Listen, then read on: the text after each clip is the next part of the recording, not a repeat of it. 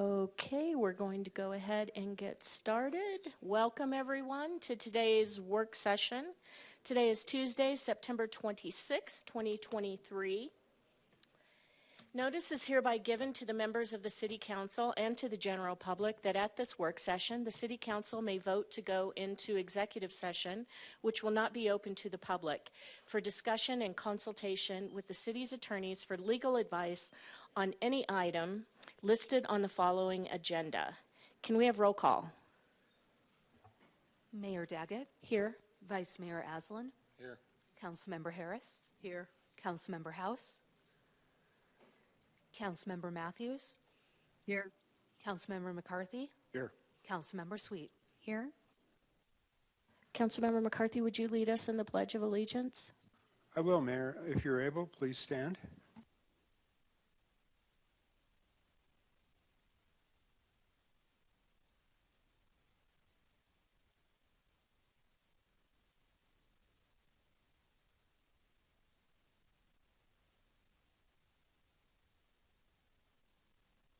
Councilmember Sweet, our mission statement.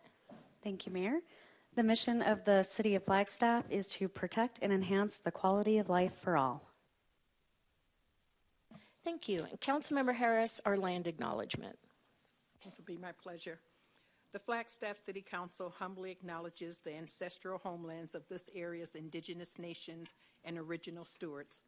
These lands, still inhabited by native descendants, border mountains sacred to indigenous peoples. We honor them, their legacies, their traditions, and their continued contributions.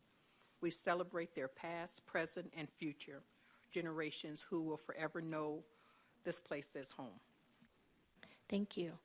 Moving down to public participation. This enables the public to address the council about items that are not on the prepared agenda. It appears on our agenda twice at the beginning, which is now, and at the end of the work session. You may speak at one or the other, but not both. Anyone wishing to comment at the meeting is asked to fill out a speaker card, which is located on the back table, and give it to the recording secretary. You may address the council up to 3 times during the meeting, including comments made during public participation. And please limit your remarks to 3 minutes. And you'll see a timer right here. First, we have Shannon Edmonds.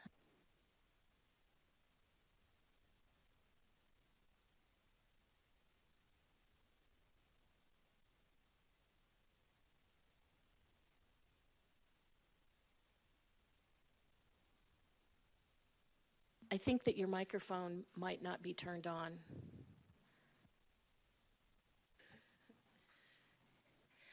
Hi, thank you for hearing me today. I'm actually here because my mother is a disabled woman who has been having a lot of inclusion issues. And the sidewalks being blocked, being able to cross traffic in the time frame that it is, and other issues that have been brought up, it's just been very difficult for her.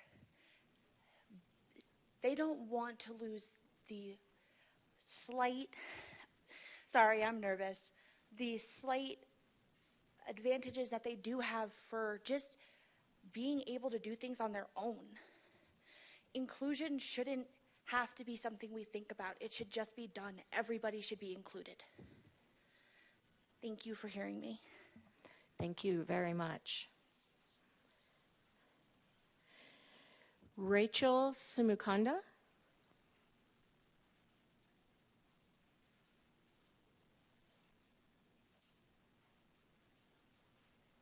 Rachel? Oh.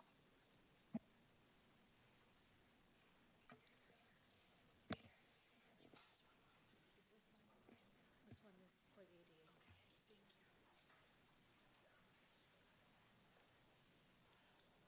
Greetings, Mayor Daggett, Vice Mayor Aslan, and City Council members. I really do appreciate the time that you've given us to talk. Would you mind putting the microphone closer? Yes, thank you. I am a born and raised citizen of Flagstaff. I am also the chairperson on the Commission for Inclusion and Adaptive Living. I speak for myself today, and there are 3 main concerns that I have. I'm coming to you as a disabled citizen and would like to talk about some of the impediments I face on a daily basis. It is very, if not impossible, difficult for me to cross some of our streets because they are so wide. Specifically, the corner of 4th Street and Route 66 is a huge feat for me to cross alone, not only because I have a time limit, which I never meet, but also because if there's a big truck that's in one of the driveways, I have to raise my hands so that they can see me and I don't get run over if I don't make it in time. Raising my hands is a safety issue because then I'm letting go of my wheels and I can go. And unfortunately, my wheelchair needs an alignment. So I have 2 wheels, but it still needs to be aligned. That's not the only thing. Trying to get into City Hall through the main entrance has been about impossible. With the commission, we're not back on in-person meetings, but even just coming today, I showed my daughter the front entrance, and the entrance on the south side, it just really, it's hard. If I'm alone, it's really hard to get in there. There are often times that I have to park in a regular parking spot, but my wheelchair takes up more room than what is allowed. So sometimes I'm almost stuck if I don't have help. I applaud the city for the width of the sidewalks and the curb ramps, but having to cross 5 lanes of traffic for me right now is extremely frustrating. And there are days where I just kind of give up.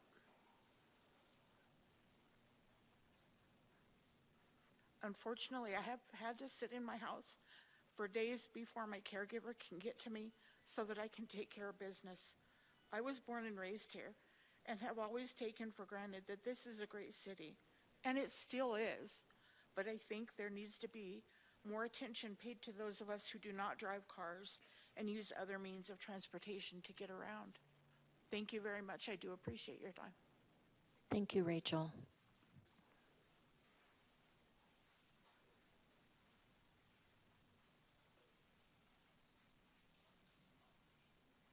Dapper Dre.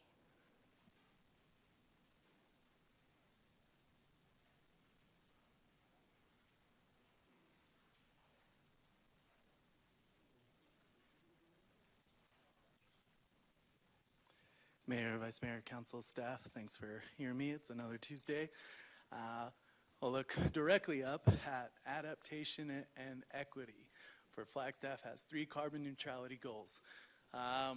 I see a lot of the words on the screens, the words said, the plans in place, but you don't see a lot of that structurally and infrastructurally going in as fast as it needs to go in.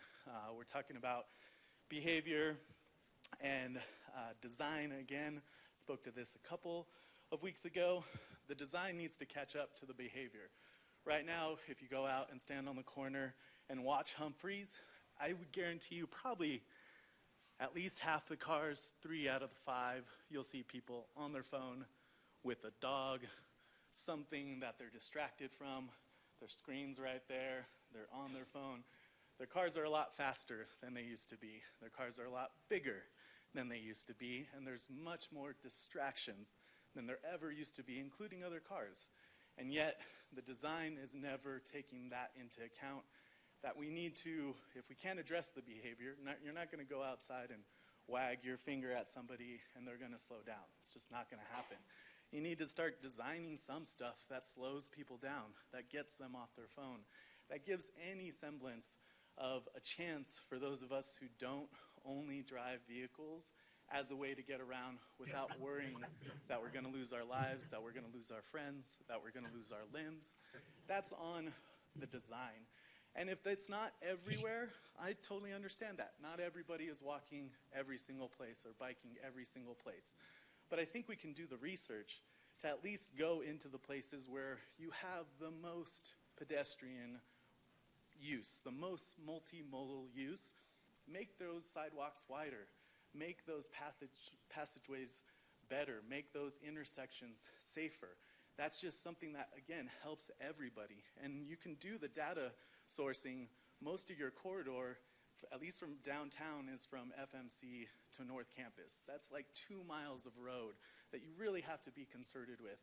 And we're also going to talk about the roundabout at 4th and Cedar. That's going to be a huge thing for pedestrians, many of them kids, many of them low income, many of them disabled. It's going to be super hard for those folks who are already vulnerable, who are already struggling, to get another impediment that, again, mostly only always benefits cars, car drivers, car users. Can we please just start doing some stuff that specifically helps pedestrians, that specifically helps cyclists, and then we separate, and then it's better for not only the dangerous motorists, but also the safe pedestrians. Thank you. Thank you. Adam Shimoni. Anytime I hear Shimoni, I laugh. Good evening, Mayor, Vice Mayor, members of council, city leadership, city staff, members of the public. Good to be here with you today. I wanted to start my public comment by talking about perspective. Often, we talk about our own perspective when we make decisions and we think about things that we're wrestling with. And for me, I'm riding from the neighborhood just a few blocks over to here, and I feel comfortable. But I'm riding like a vehicle. I'm doing what they call vehicular cycling. But I very clearly also understand that that's not a comfort or a behavior that most in this community will agree with. So we have to think about perspective and challenge our own unconscious biases, right? And really try to think through the lens of others. And that's the beauty of the work that you all do as council members. And it forces you to do that, and it's a beautiful thing. But understanding that I'm within the 1% of our community who is comfortable on the roads in Flagstaff, a lot of work has to be done, and it's not easy.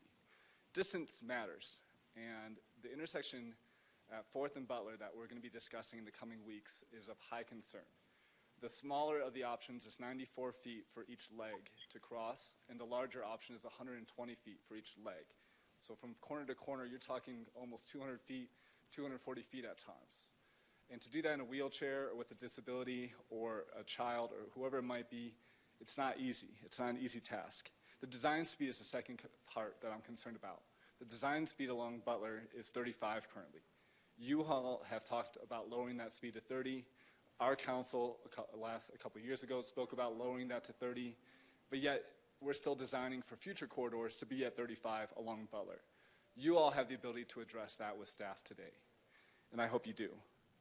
My grandfather had a significant physical disability and was in a wheelchair most of his life, or very hunched over.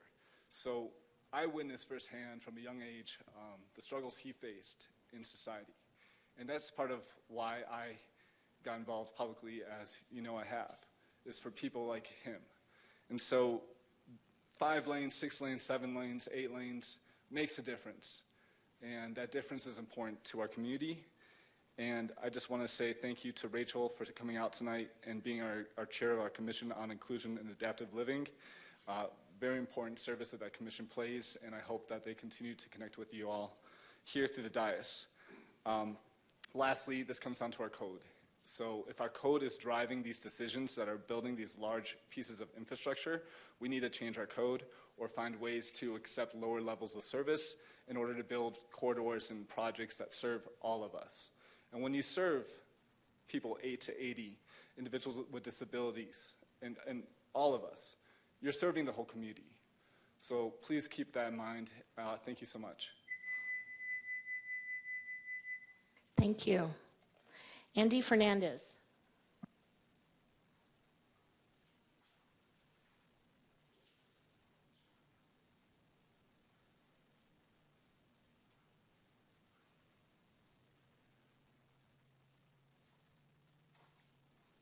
Hello, I'm Andy Fernandez.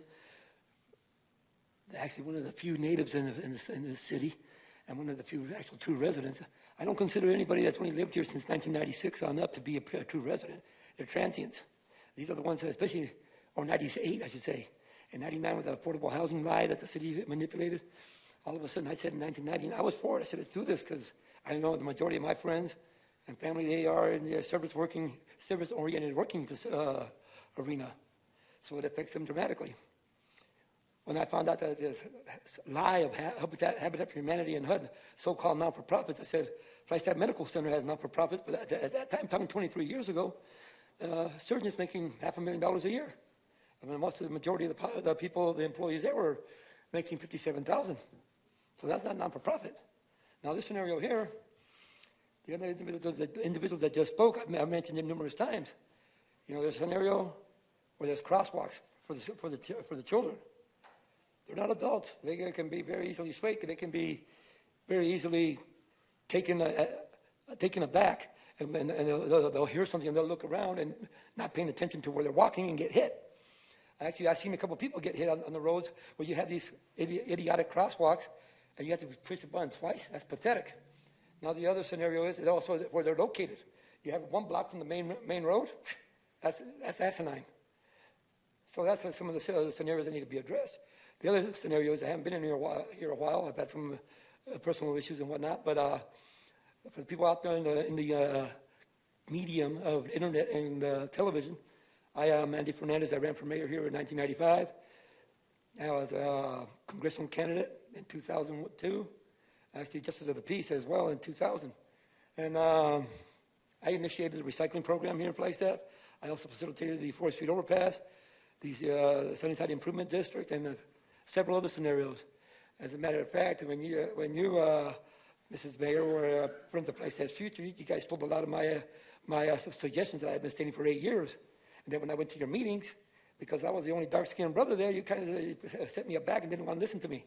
That was pretty sad and appalling, because most of the work you guys did for the first 8 years was my work. Now, with that said, the other scenario is,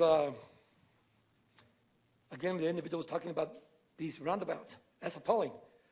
$1 million for a roundabout, and it doesn't even really facilitate addressing a proper scenario for traffic flow. A lot of confusion, accidents, and whatnot.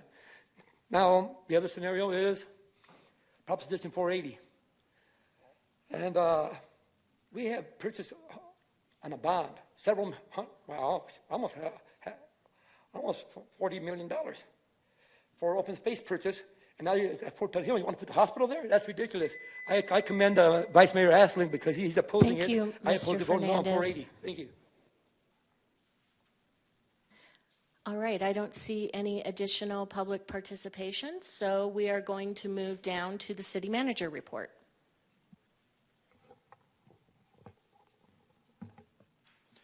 Thank you, Mayor, Council. The report is brief this time, just a few updates and tidbits for you, and I hope you find them of interest. Glad to answer any questions that you may have. A quick reminder of your council retreat on October 12th. Please pencil that on your calendars. Actually, you can ink it on your calendars. That's a firm date. And stay tuned for the agenda and the venue details.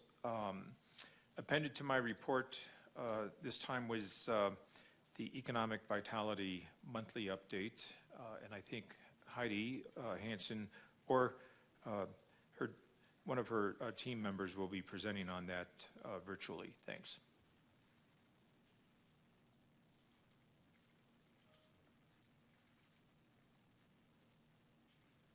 Good afternoon, Mayor, Vice Mayor, Council members. Heidi Hansen, Economic Vitality Director, and I will actually be going through the report with you. I'm going to share my screen.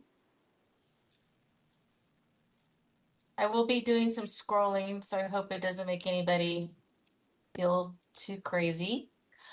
This report's pretty detailed, so I've highlighted some things that I think will be of most interest to all of you. We're going to start with the airport. We have had a lot of marketing outward and inward for the airport, reminding people to fly Flagstaff first. And we actually did some advertising, getting geared up for the parents for NAU, letting them know that we have flights to Phoenix and DFW and vice versa. Also wanted to thank Vice Mayor Aslan for an advertorial that he did that shows up on our screens, reminding everybody that it is the 75th anniversary of our Flagstaff Pulliam Airport, which you will all celebrate with us in November. And I believe there's others of you that have actually done some advertorials that are running the airport, asking people to be staying and playing responsibly. So I want to thank you ahead of time. And then we've also installed something to share with the community about the Coconino Scroll, the art piece that we have installed out there, and we actually have brochures for visitors to learn more about the history of Flagstaff. As I move down, we are actually wrapping our vehicles at the airport, our airport rescue firefighting vehicles, all of the other vehicles as well, so that people know that they're operational, as well as they are for Flagstaff airport use. Our paid parking system is going wonderfully. It started over a month ago. Our figures are rising. And the best thing about the paid parking system is that when you come to the airport and you're actually going to be flying, you can actually find a parking spot. So this is awesome. I've actually used the system myself, and I can tell you it was seamless. We also held the Thunder Over Flagstaff event. It was a one-day event, and we had over 5,000 participants. Again, I apologize for the scrolling. Wiseman Aviation is adding a great lift, and you can see a little picture of it depicted right here. This is so that we can serve all aircraft. It's going to be able to serve a Boeing 737 on up to a Boeing 777. I don't know if you're aware of this, but we have had flights from Southwest Airlines that have actually been sent to our airport before because they needed to be grounded, and we've been able to accommodate that. Now with Wiseman's lift, we'll be able to accommodate them actually getting off the planes and things like that until they get what they need. And the last thing I'd like to talk about with the airporters employments, they rose in August after a lower than average number in July. And we think that the reason why the numbers in July were so different was just definitely because of the fact that we did not have the Denver route. I will tell you, and I can't give you too much information, but we have been doing a lot of airline conferences and meetings, and we are getting some interest in the second airline route, a second airline route for the airport. So we hope there'll be more to come in your future. Going into community investment, when we talk about beautification, arts, and science, wanted to let you know our beautification and action grants actually have been going to good use. Here you see a picture of a heart box, and basically it's from the owner of Heart Box Gallery. She transformed 2 utility boxes that used to get a lot of graffiti into these beautiful art pieces, as you can see to your right. And then we also had one from the Chocolita mural, and this is a finished artwork that depicts Hopi pottery designs and water gods.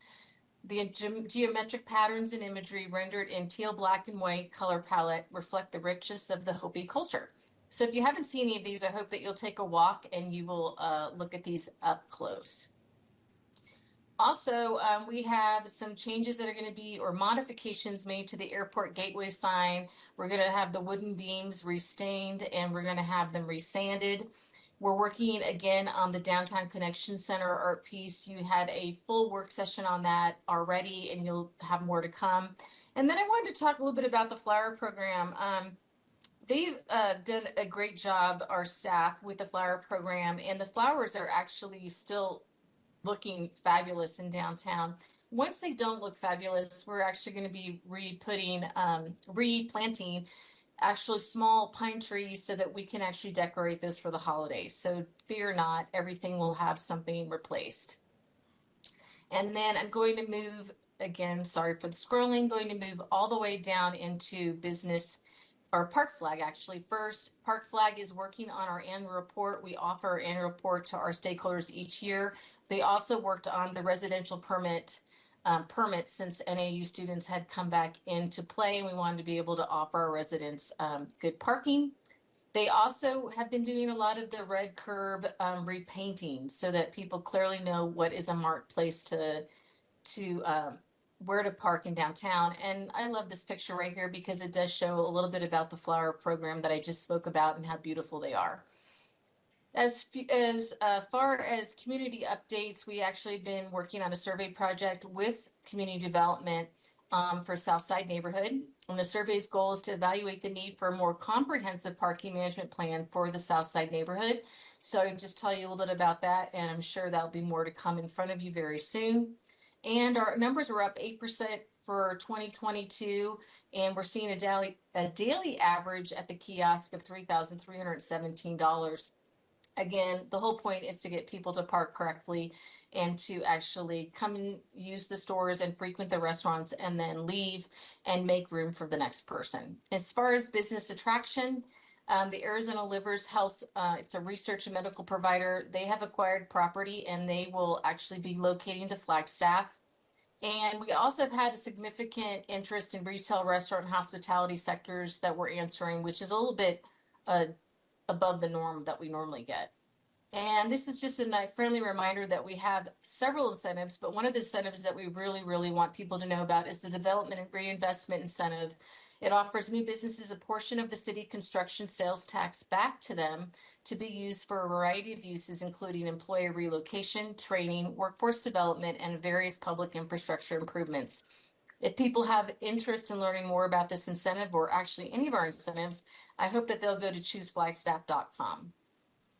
Also, the AED Fall Forum, which is the Arizona Association for Economic Development, will be happening in Flagstaff at Little America. If you'd like to know more about economic development, please inquire about this conference. It will be happening the evening of October 25th. It will conclude on October 27th. My staff and I will be attending. If you want more information, you can always just reach out to me. And then moving on to business retention expansion, we, again, talking about incentives, we have several that have basically 6 people have, or businesses have applied for the BRNE incentive. There'll be more to come on that. And then you saw last week our workforce development RSOQ that came before you. Joy-Con, staff has been continuing to work with Joy-Con, which is one of our largest manufacturers. And I know John Saltonstall might be in the room. If not, I know he's virtual. I wanted to do a shout out to John Saltonstall, our business retention expansion manager, because this is taking it above and beyond. He actually wrote a grant to the Arizona Commerce Authority for Joy-Con to help them with the rail spur that they've been using since 2003. And after all that work, and I've read that grant, a great grant, they will be receiving $90,000. So I wanted to thank John Saltonstall for a job well done and for his work to continue to retain these businesses that mean so much to Flagstaff. Moving on to the library, the door count was up 3.78%. It means people are walking through the door and they're using our libraries. And our computer use was up 4.32%, which is a very big deal. Also, I would like for you to join us on Friday from 10 a.m. to 11 a.m. We will be doing a ribbon cutting for the ADA main library entrance that we had all waited so long to have, but it's there, it's done. Jeremy DeGator did an excellent job helping engineer this, and we will be welcoming all of you to it. I believe the mayor will have a few words to say. Greg will be, our city manager will actually have a few things to say, as well as the artists will be on hand, and I believe Councilmember Sweet. We also have a new website at the library. If you haven't seen it, please go to it. The before and after is not only awesome, but needed. And we are happy to be able to navigate that library system even better. We had a game night that has been truly successful at the library, and it happens every Wednesday, the first Wednesday of every month at 5 p.m. So if you're interested in getting together, here are some fabulous pictures of the people that come, and you can tell they're of all ages. And then moving on to youth services, we actually fixed up the teen zone, which I feel is really important. Get our teens doing things that are good after school. We added chairs, couch, rug, pillows, cushions, you name it. And it's a great gathering place. And last but not least, it was library card sign up month. And so if you don't have your library card, don't tell me, just go sign up. And we hope that you will use it at the library. And tourism and visitor services, the last section I'm going to mention, we've had outstanding metrics. Occupancy, average daily rate, and revenue per available room all are in the positive. And as you can see, to have $127.30 as an average daily rate is very successful and continues to keep that BBB. We had 12 printed and 55 digital articles in 1 month for Discover Flagstaff. We had 7 procured stories and 4 media assists. Very, very big. I hope that you will actually look at this because this will tell you a lot more about what was written about us, and it'll show you the snapshots about what was talked about with Flagstaff. And again, here's some highlights that you can always go to. Our film is taking off. Thank you, Councilmember Aslan, for your interest in this and all of your interest. But at the Arizona League of Cities, they had an actual panel because it's taking off. It was called Lights, Camera, Cash, Harnessing the Power of Arizona's Film Industry. And Meg Roeder, our film commissioner, was present as well as Arizona. And she's talking about why you can do filming in Flagstaff. And we had 2 permits that were submitted in August. Our website was also up. Strongest U.S. interest from the drive market that we've seen in months. The flag leafometer is going to be incredibly popular. If you have people asking you, when can I come up or when's the best time to look at the leaves, just send them to discover.flagstaff.com to look at the leafometer. Our Trails Passport is having major success, 30% increase in Trail Passport signups. And as you can see, social media is taking off. And last but not least, I wanted to talk a little bit about conferences, meetings, and events. We had 2 leads that were sent out in August. It garnered 380 room nights and an economic impact of over $113,000 of new revenue. Visitor services are up, walk-ins retail are up, and we also had a successful Friday art walk. We are getting great Google reviews. And last but not least, I just want to continue to show you the great work Creative Services is doing with the beautiful artwork that they're sending out, showing that we're only 81 miles from a natural wonder. Again, asking people to come and be leaf peepers, as you see the leafometer in this ad, as well as talking about pledging for the wild, keeping our wild places wild. This is in the Downtown Legends District. We do tickers across several billboards. We're working on a business one-stop shop that council member or previous council member Salas had asked us to work on, along with the rest of you, to make the community development process easier. We're working with our team in community development on that. You'll see more. We'll actually be creating a work session on that. We've been working with pros on signage, working on the good neighbor guidelines as well. And the list just goes on, as well as doing all of our own advertising with airport, restaurants, and again, our own recruitment. Thank you so much. I know that was a lot. And last but not least, if you have not signed up for our annual event, which is going to be taking place on November 1st, it is a free event. It goes from 11:30 to 1:30 at High Country Conference Center. We ask that you come and learn what we just did last year in economic vitality, as well as the highlights in tourism, so that if you are interested, you can learn more and enjoy a great lunch. So thank you. That's all I have. Thank you, Heidi. I actually have a question. Have you and your staff discussed any changes needed to messaging if the federal government shuts down? I mean, in terms of, people wanting to go to the Grand Canyon, national monuments around here? Yes.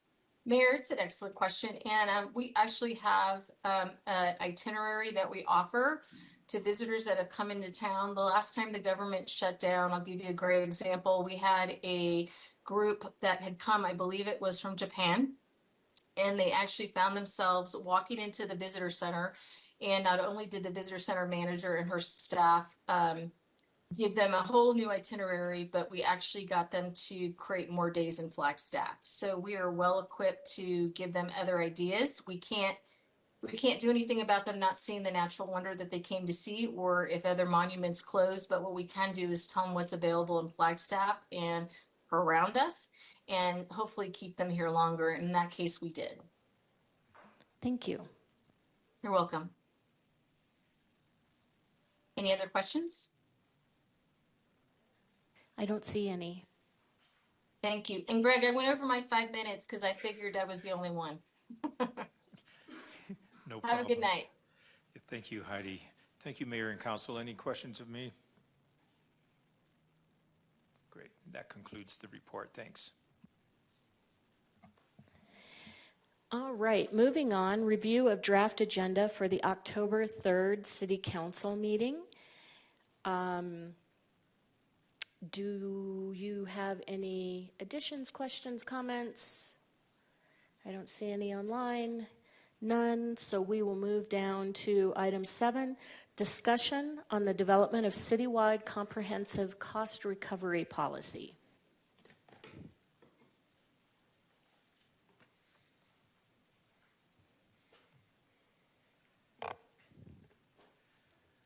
Good afternoon, Mayor, Vice Mayor, and City Council. I'm Rick Tatter, your Management Services Director and City Treasurer. The item before you today is related to a future agenda request item that Council considered and forwarded on, related to a citywide comprehensive cost recovery policy. Earlier this year, I engaged MGT America to help me and help our organization build a policy for Council for consideration. And we've been working with several of our divisions over the last several weeks. We've kicked off the project, and we are full steam ahead.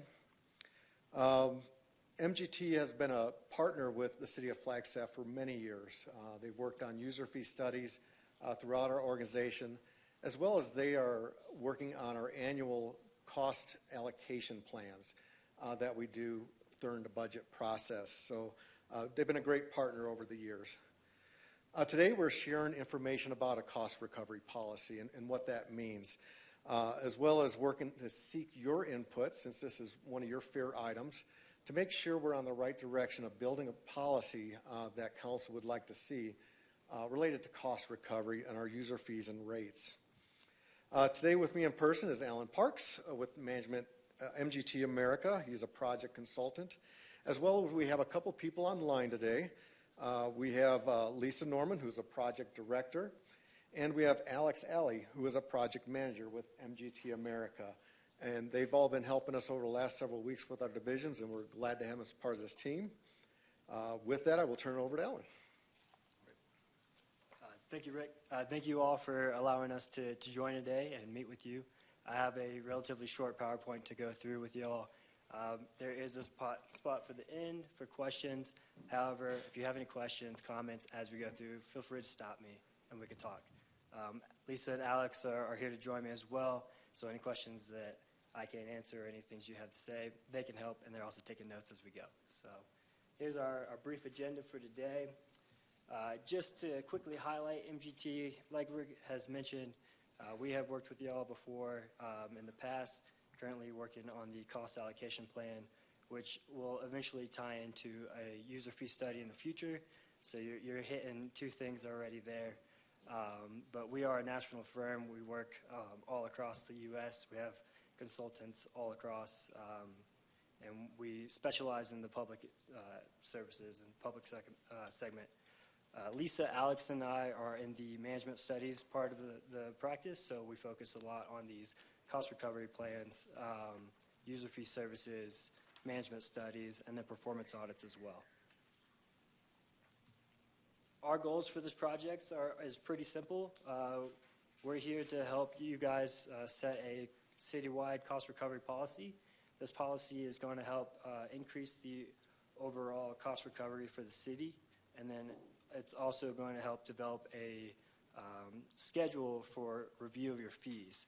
I know that we have some fees that haven't been reviewed since 2007, 2008, so we're going to go ahead and help you guys set a schedule to make sure that we're keeping up to date with all our fees and keeping up with the change in the economics as we go through. And then lastly, of course, we want you guys to adopt this policy.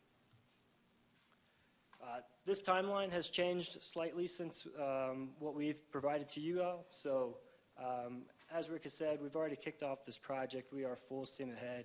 We want to thank all the division leaders and other employees that we got a chance to speak with. We scheduled these meetings with short notice, and we were able to meet with everybody within a week. So we really, really do appreciate that and helping that project keep on going through. We are here with the first council meeting. We have moved up the policy first draft review to be given to Rick for the 11th. So I think on you guys, you have the 8th. We're going to move it up to give Rick and then also divisions more chance to review, have their input into this policy. we'll have a second council meeting, hopefully with you guys on November the 7th. At this point, we'll have a pretty fleshed out policy for you all to review and to provide comments, feedback, and continue that process with ultimately this policy being adopted by December 5th. This is a working in progress timeline, but we'd love to stick with this if we can. So why a cost recovery plan? This slide has many reasons. You'll see a lot of the reasons also turn into the benefits of having a cost recovery policy. Financial sustainability and stability for the city is one of the main targets. But with all these being said, there's two that I want to point out specifically for why a cost recovery policy is so beneficial for the city. One, not only is it a best practice by the GFOA for you guys to have a policy such as this established, but also it helps you all identify who is ultimately paying for the services that you provide. It's either going to be through the general fund, through the general taxpayers, or it'll be the customer paying for the services that you all provide, or a combination of the two, and you'll see that as we kind of go through. There are many elements of the cost recovery policy. This is not a full list of everything, but it does hit a lot of the highlights. This initial part, the first bullet here, identifies essentially the need of, are you going to fully recover the cost for the service, or are you going to recover maybe less of that cost, and then setting the rationale for why you wouldn't recover those full costs. So just as a highlight there, when you're looking at not recovering full costs, you're wanting to encourage community engagement. Maybe you're taking into affordability or pricing history into those fees that you're trying to set. And also you may want to regulate demand or drive community engagement. And then the last two bullets here is something we kind of already touched on before, or the last one here is setting that schedule for when the fees should be reviewed. So we're setting that normal cadence for each division as we go through, making sure that they're staying up to date. This pyramid here is something that we've been showing all the divisions as we've been meeting through with everything. It gives a really good visual example of the opportunities on when you should fully cost recover and maybe when you shouldn't. So this top part of the pyramid is your exclusively individual benefit. Think your permitting, your development services, your inspection services. Those are the sort of items that are going to be typically fully paid by the customer, if you will. And then as you work down, you get into your community, your more community-based or services. Think Parks and Rec, or sustainability with their garden. You want to drive community engagement in these sides.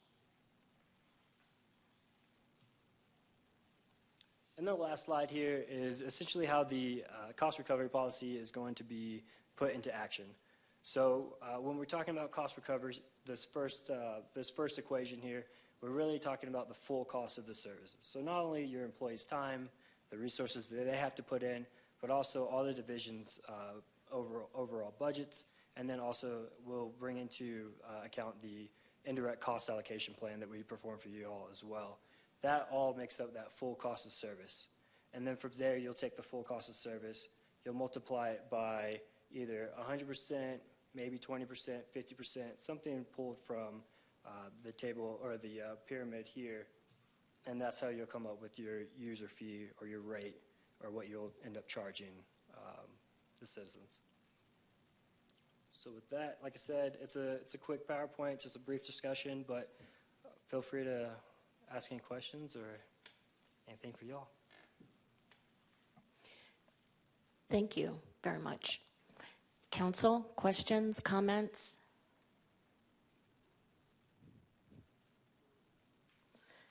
You did such a good job that they have no questions. Sounds good. You all have our contacts. If you have any questions or anything pops up, feel free to reach out. It's at the end of the slides that we provided. They're also here on the screen for you as well. So thank you. Thank you for your time. Really appreciate it. Thank you. Okay, we are now moving down to item number 8, Carbon Neutrality Plan Biannual Update. Welcome, Jenny.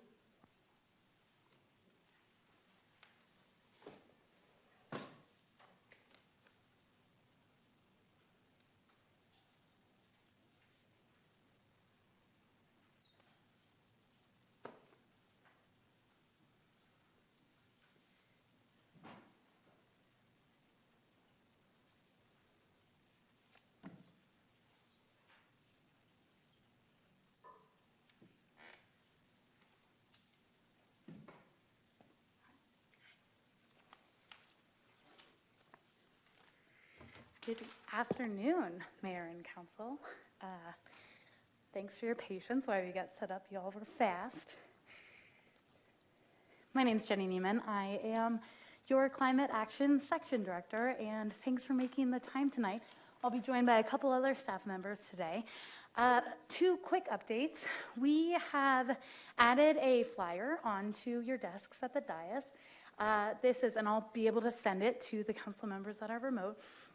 This flyer was actually in response to y'all's feedback about how we could do a better job at explaining the carbon neutrality plan. The carbon neutrality plan is a really complex document, and so we're working little by little to get a little bit better at explaining how it can best work.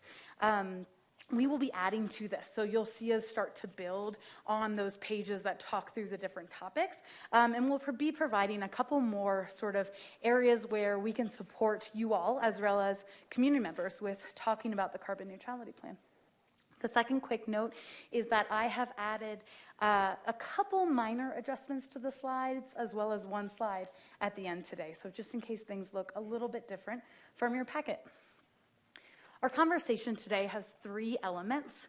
The first is really foundations of climate action. This is for ourselves as well as community members that are here, really just to refresh us on how our work relates to the carbon neutrality plan and the goals that we have set. We'll then do an action update on implementation, how it's going, and then we'll talk about what's next. I am truly proud to be here representing our climate team. That roster has changed a bit since we were last here. As many of you know, we work heavily with AmeriCorps Vistas. These are volunteers that do a 1-year full-time term in our office. We're incredibly grateful for your further support. New since we talked to you last in January, we have Bella Bowman and Christian Hernandez that have joined our team. And Gracie Reckemer moved from our Youth Climate Leadership Vista to our Climate Vulnerability and Resilience Vista. So we're just truly appreciative for all of these vistas and Gracie, who signed up for yet another volunteer year with us. Also, since we last talked, Danae Pressler joined our team, actually from Avondale, Arizona. Danae couldn't be here tonight because she is traveling on our behalf.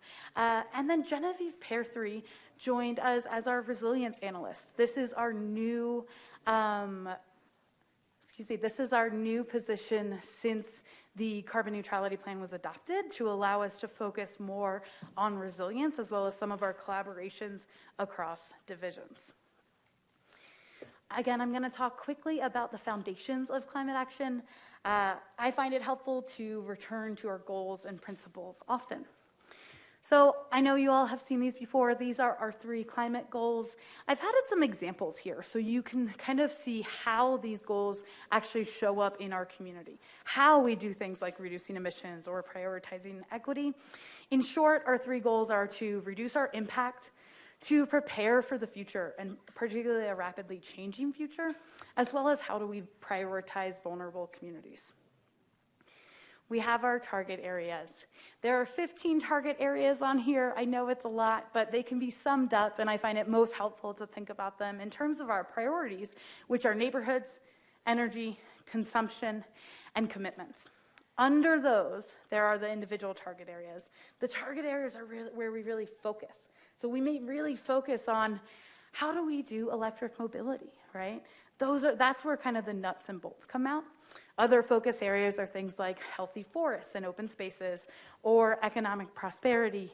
All of these require deep collaboration with other parts of the City of Flagstaff team, as well as local and regional partners. These things also relate to each other. Sustainable consumption has to do with waste prevention and building our food systems. That has a lot to do with how we work with our friends in public works and solid waste, as well as it relates to community resilience and equitable systems and how we work in the community. So they all kind of reinforce and work together. The next thing I want to review are our climate action principles. These are a bit of a throwback to when we actually wrote the carbon neutrality plan. Climate action, and especially carbon neutrality, are new for us. They're new for a lot of folks in the community. And so we thought it was really, really important to explain clearly how we would act, right, as we start to get into a lot of this new work. I'm just going to highlight 3 tonight because I think that these 3 are incredibly connected to the work that we are doing and then the work that we'll talk about today. First is motivated by urgency. We have a short window in terms of time to act to make the most benefit in terms of climate action. That's really on an international and global scale, but it is reflected by our carbon neutrality by 2030 goal. Centering equity and adaptation, I think you'll see several pieces tonight where the equity or adaptation elements are really, really clear and that really show when we act, we try to think about both of those other aspects as well. We try really hard not to just say, okay, we're just going to focus on the emissions here. It's incredibly important too, but we also try to bring resilience and bring equity into those actions. And finally, partnerships. This is probably the biggest. There is no program that we do that does not have partners in it. We may be the ones up here talking about it, right? Fleet electrification is actually a good example. We may be up here, but there are so many parts of this organization that works on all of that, right? Community gardens are similar too. There are so many parts of this organization as well as our community partners, whether that's FUSD or our Parks and Recreation friends or local organizations. So all of our programs are really kind of buttressed by partnerships, and they actually really help us get to those equity and adaptation pieces in kind of the best ways.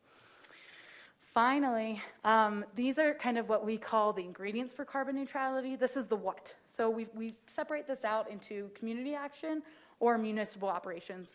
Community action is where we're working specifically and directly with community members.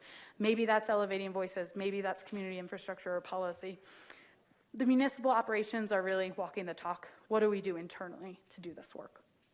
I am now going to pass this over to Genevieve.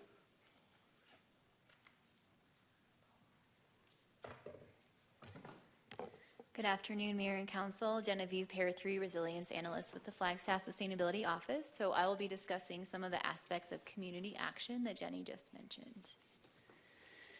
So I'll first talk about policy development. So before I get into the details too much, I also just want to point out that these are highlights. There's a lot more that we're working on in the Sustainability Office as well as with other city divisions. But if we talked about everything, we'd be here for a very, very long time. So just want to state that right now. So for the policy development, the 3 areas that I'm highlighting tonight are transportation, zoning, and building codes, as well as resilience and equity. So the goal here is to match city policies and codes to the stated goals of the carbon neutrality plan. So these 3 focus areas address several strategies in the carbon neutrality plan, including decreased dependence on cars, equitable systems, community resilience, and fuel switching. So I'll talk about them briefly. So transportation, we have Big Shift Transportation Policy Development and the Active Transportation Master Plan Review of Engineering Standards.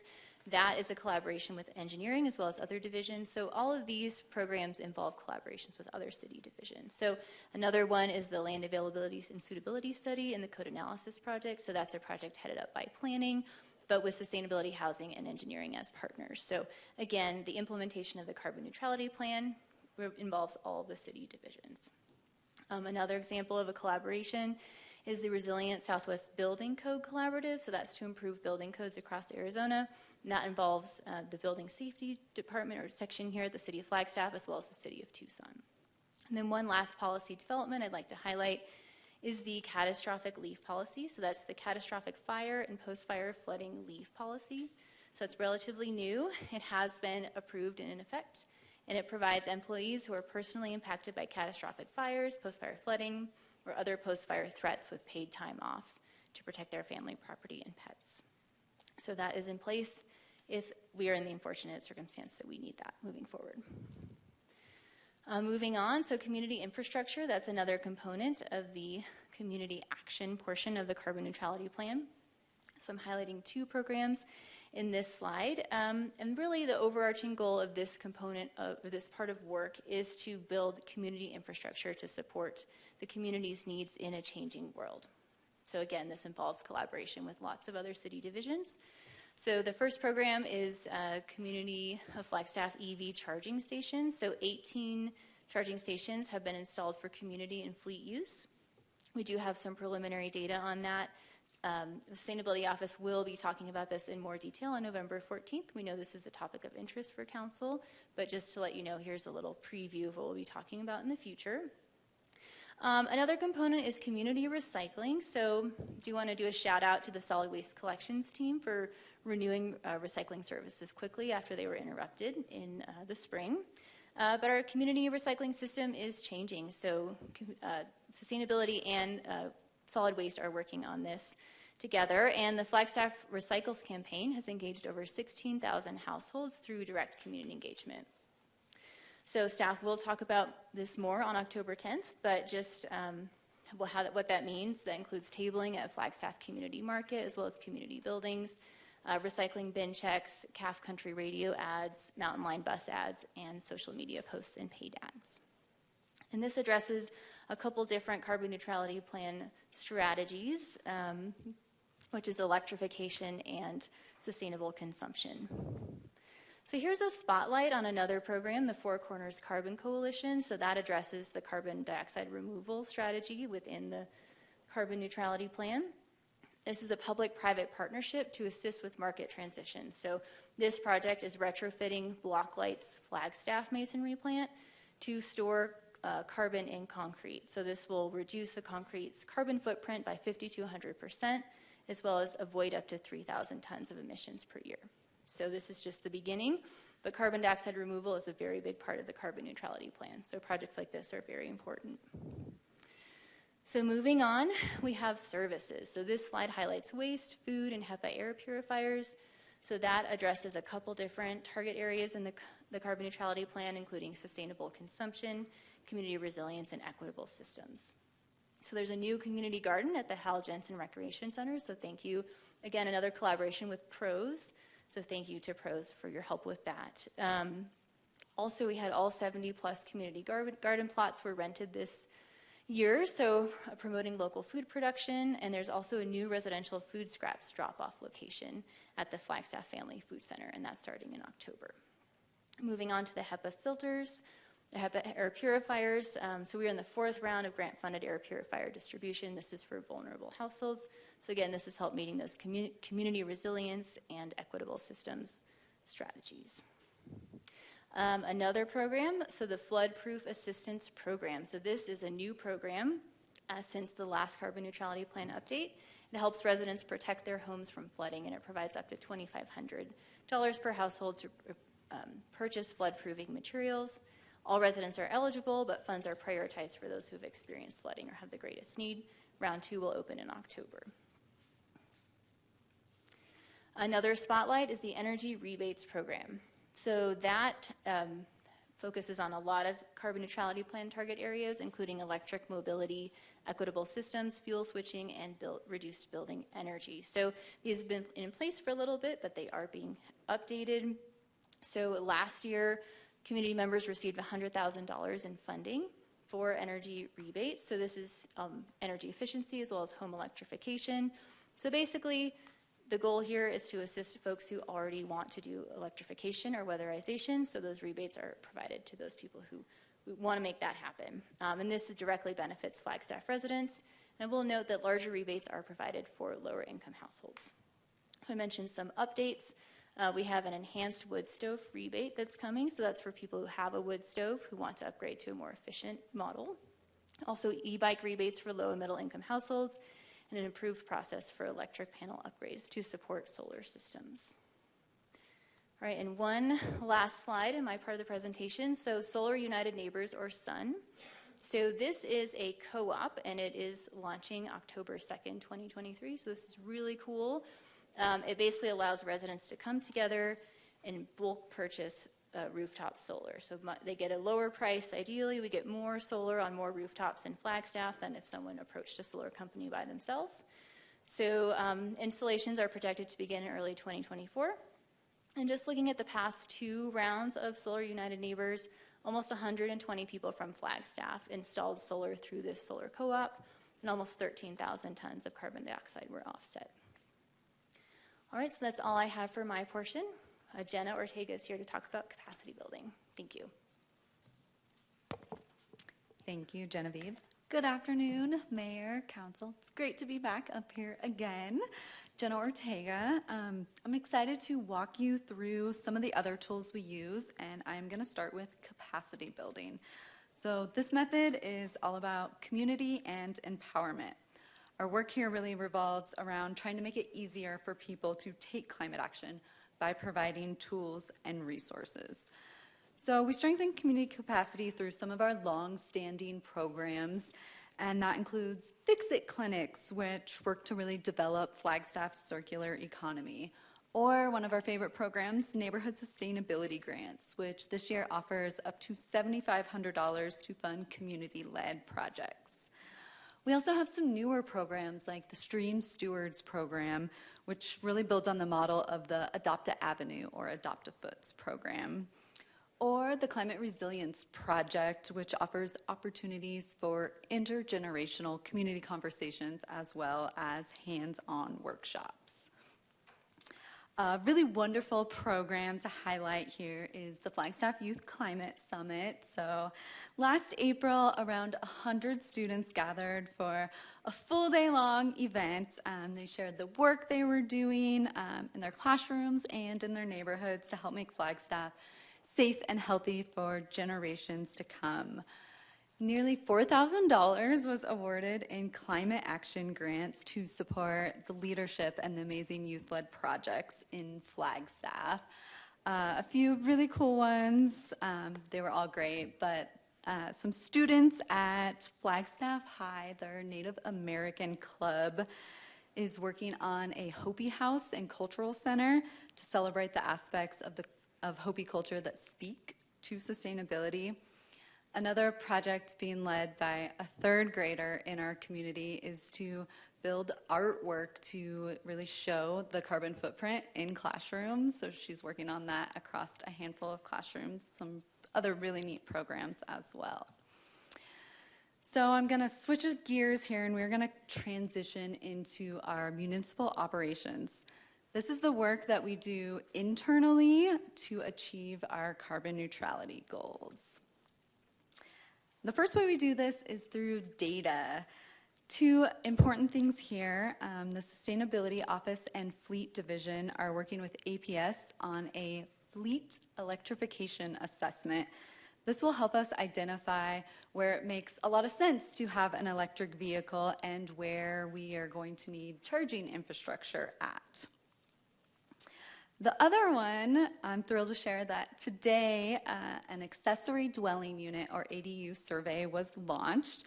And this is going to help us learn about people's experiences with ADUs, their interests, the challenges that might be associated, and really importantly, what the city can do to make it easier and if there's incentives to encourage people to use this for medium or long-term rentals. And with that, I'm going to pass it back to Jenny real quick. Hi again, Mayor and Council. I'm popping up here just to quickly do a spotlight on fleet electrification. We have been having a lot of internal conversations about fleet electrification with some successes as well as some challenges. And so we figured it was a good time to kind of talk about our internal process. The City of Flagstaff has what's called an EV first policy. It's not an EV only policy, right?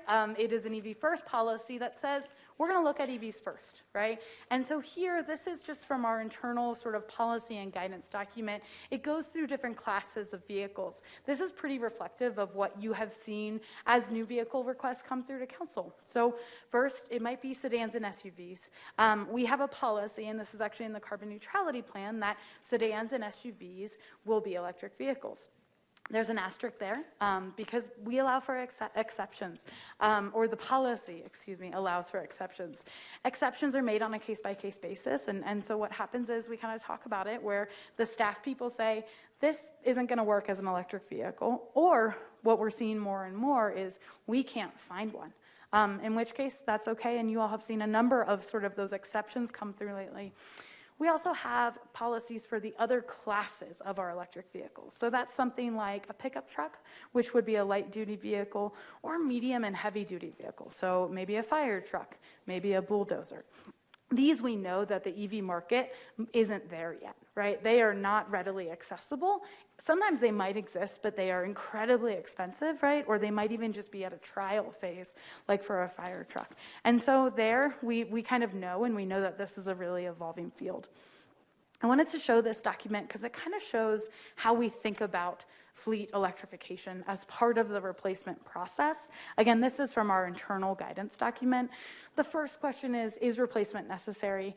The city of Flagstaff has been really incredible over the years about asking, is this replacement necessary? How can we right-size our fleet and also right-size the vehicles? And so for a very long time, folks had said, well, we can retain it for another year, right? We can go beyond 100,000 miles. Or, can we actually reduce the size of our fleet and save costs for the cities? Or can we shuffle around vehicles? We've seen a lot of sections do this and say, you know what, we don't need to replace this truck right now. Let's replace an easier to electrify vehicle, for instance. The next question is, what kind of vehicles should be bought? That's when we talk about downsizing. Smaller vehicles are generally less expensive vehicles. And so can we actually go with smaller vehicles? And then finally, vehicle fuel choices. This is really where the electrification questions come in. Again, first, it would be great if it can be an EV.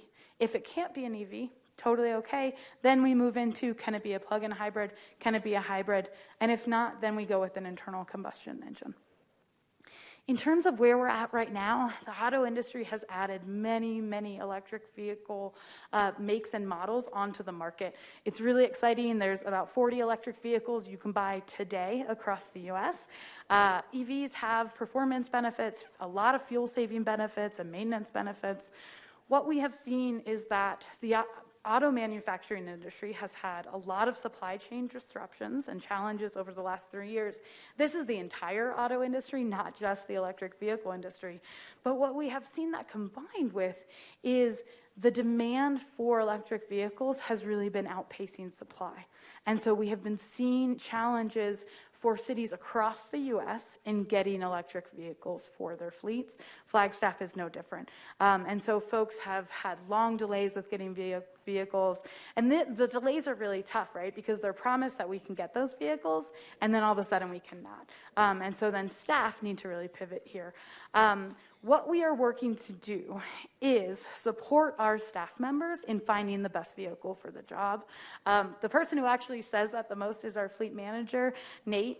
He's really incredible in these conversations and is a true partner to us. So again, I'm speaking about this, but there is a whole lot of staff that are involved in these processes. But we work really closely with the fleet services team to try to support our team members in getting them the vehicle that they need, whether that's electric or not. So I hope that helps in terms of just a little bit of a spotlight on kind of the internal workings of how these vehicles end up coming to y'all. Hand it back to Jenna. Thanks, Jenny. All right, so moving on here, our next method is municipal carbon neutrality, and this is really about us walking the talk, if you will. It's how we are taking action internally at the municipal level in the buildings we work in, how we get around, and what we buy in order to achieve our community's carbon neutrality goals. So I'm proud to say that we have been working with our friends in procurement to align the city's procurement policy with our climate goals. We have also added 7 e-bikes and 2 scooters to our fleet so that we can move around quickly and safely. I think the smiles in this picture show we have some excitement for this new program amongst our colleagues. The Energy Conservation and Water Conservation Project will improve both energy and water conservation across 44 city facilities reducing our emissions and leading to approximately $305,000 in utility savings annually. All right, we've talked a lot today, so I wanted to take a moment to zoom out and look at the big picture. To make things easier, for me, I'm going to start with just a piece of a really large table. On the left, you can see the three big areas we talk about: buildings, transportation, and waste. These are responsible for a majority of our emissions, so that's why we prioritize them when we are speaking about these. In each area, we do work both internally at the municipal level and at the community level, so that's what we're kind of showing here. Some of the programs we have highlighted today have a direct impact on reducing our emissions, such as the Energy Conservation Project I just mentioned, or electrifying our fleet. Others lay the groundwork for creating change and are in the policy development stage. An example of that is the building code update. And finally, others have a really strong resilience and equity benefits, such as affordable living and cleaner air. So I know that's a lot to look at. Hopefully that makes sense. To wrap up with you, we would like to end with what's next. So when it comes to funding to support the work we need to do to achieve our climate goals, our team is committed to going after funding at every level. For example, we were awarded funding through the Resilient Southwest Building Code project. This is part of a collaborative effort with cities across Arizona and New Mexico to improve our building codes. In addition to our awarded and submitted applications, we are working on several more applications. An application that's in the development phase is the Solar for All through the Governor's Office of Resilience, and this is to increase solar installations across the entire state. And what's not mentioned here is that we have several ongoing projects that have already received funding. For instance, our office was awarded $184,000 through the U.S. Department of Agriculture through their Innovative Production Program to carry out data collection, community engagement, and policy change around food access in Flagstaff. And I will pass it back. Thank you so much, Jenna. Council, I wanted to close by just looking forward a little bit. We have a number of upcoming presentations, many of which we are doing with our internal partners. The first is the Moving the Needle presentation. This is with sustainability, community development, and engineering, among others. That will be November 14th. That same day, community development will lead a presentation on a wide-spanning project on our land availability assessment and our code analysis project. And then finally, we'll talk about EV charging stations. I know we previewed a little bit of data before, and we wanted to have a focused conversation on that, not to put it all within here, but to give council time to dig into the data, to really look at different options for how we should treat these EV charging stations going forward, and how should we think about public access to them. In December, we will be here with our NIU partners. A graduate class has been working on a project to map equity across Flagstaff. We're really excited about this.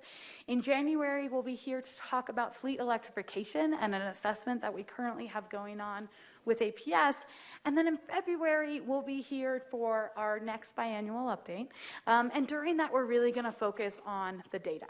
We're going to talk about, all right, all of these things that we are doing, how is that actually reducing emissions? And I'll talk about that in my next slide.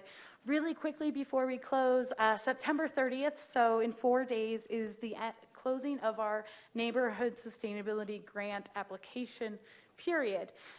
This is probably my favorite thing we do, and I don't even touch it, but we essentially provide funding into the community for community-led climate and resilience projects, right? It means that the city is actually putting the power into the hands of the people to build resilience in their own neighborhoods, right? And through their community groups or their schools or et cetera. So please tell everyone you know to apply by September 30th. On October 2nd, our Solar United Neighbors Northern Arizona Co-op will launch. This helps essentially neighbors to get together to do a sort of collective buying of solar. We partner with Coconino County and Sedona on it. So again, it's just a program that we're thrilled about. That will launch for signups on October 2nd. I just wanted to bring back our old carbon neutrality plan wedge. This was sort of a feature of a lot of our conversations 2 years ago, and we'll come back to this in February when we present. Basically, this kind of shows how we will make progress, how we will reduce emissions across our community. And so when we're back here in February, we'll really dig into, waste has a lot to do with reducing emissions from organic waste. So compost collection really gets at that first top wedge there. Vehicle miles traveled, you'll hear more about that and about how we think about, our roadways, right? And how we think about encouraging active transportation. Electric vehicles, that's our charging stations, right? So what we will do in February is we will take a lot of time to really just dig through the data and talk about how we're kind of inching down this wedge to meet our goals. So that is it. I just want to end with some gratitude as well as an invitation. We are truly grateful for the leadership and support of our elected officials as well as our community members who bring us the tough questions, who engage their neighbors, who bring creative ideas into climate action. We all are part of climate action. We will only reach our goals through a broad base of support and of action. And so I'm just thankful. And we want to end with an invitation for your ideas or your feedback. Whether that's here or later, we want to encourage community members to get in touch with us, to check out our sort of Action Ideas webpage, to apply for a neighborhood sustainability grant. Thank you so much, Mayor and Council, for taking the time for this update, and we'd be happy to answer any questions. Thank you. Council, questions, comments? Councilmember McCarthy? Thank you, Mayor. I see in your so-called wedge yes. that removal of, that's the blue part on the bottom, removal of carbon dioxide is a big deal, but we haven't really heard anything about, how you're going to do that, what your plans are. So maybe in the future you can bring that to us. That would be very interesting. Of course, absolutely. We would be happy to, and maybe in February we can really focus on that. The Four Corners Carbon Coalition is working on, I think Genevieve maybe mentioned, we have a project in Flagstaff that will be removing carbon dioxide and putting it into concrete. But this is a very new field, and you are right, we're going to need a whole lot more of it. Of course. Vice Mayor and then Councilmember Harris. Thank you, Jenny and Jenna, and all the other non-Gens in the sustainability team. A lot of hard work goes into all this. Really appreciate all that you do. We have a citizen petition coming before us in the middle of October, I believe, that deals with drought, wildfire, flooding, and wildfire prevention. For me, just at the outset, I can share here at the dais that I have a skepticism and a reluctance to use the public petition process to help micromanage these big ships that we have moving that took years to develop and build. But there's definitely a place for public input in shaping and flexing what we do, why we do it, and how we do it. I'm wondering if you're willing or able at this time, or maybe there's a better time that you guys are thinking, I don't know, to sort of preview your thinking as an office around the citizen petition that's coming before us that was spoken about extensively last week. And I'm sure we'll get another presentation from the Flagstaff First Community Group that have come to us with so many great ideas and how to integrate those ideas, which are definitely at the time fall outside of the current carbon neutrality apparatus, but still have a place to play in our community discourse and our overarching goals, right? Of course. Thank you, Vice Mayor. So I'm happy to speak about it, and I invite Nicole if she has thoughts afterwards. You know, the biggest thing that I can say about that is, you know, 100%, right? Like flooding and fire and drought are so incredibly critical. They're actually part of the reason that we revised the carbon neutrality plan last year is because we wanted to bring all of those really good ideas from the 2018 Climate Action and Adaptation Plan and make sure that they were included in this. And that is how we got so many target areas in this plan, because it tries to do a lot of things, right? So community resilience, you know, healthy forests and open space, water security, they all sort of address these things. But when we think about fire and flooding and drought, the biggest thing that I always go back to is it's all about collaboration. Right? So we know that our fire department, right, our wildland fire folks particularly, but the broader fire department as well, our stormwater department, our public works division, sorry, we have divisions, our public works division, right, as well as the U.S. Forest Service, as well as our county partners, as well as regional actors, are all so deeply involved in those conversations. And so we do often focus a lot on the things that our office works on, right, because that's when we are up here and speaking to you, but we definitely could do a better job of lifting up how we are working with our other folks.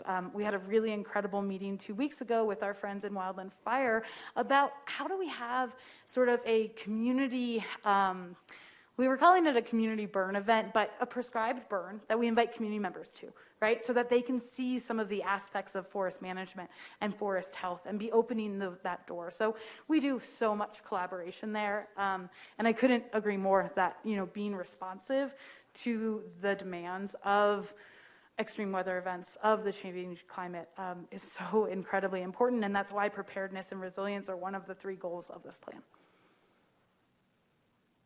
I do believe that we are doing a lot, and we have been doing a lot on the front of wildfire and forest health, flooding management, and that the current CNP target areas are what we're defining as the ways to tackle our climate emergency in addition to those things, which have a much broader reach in terms of community engagement and other agency involvement.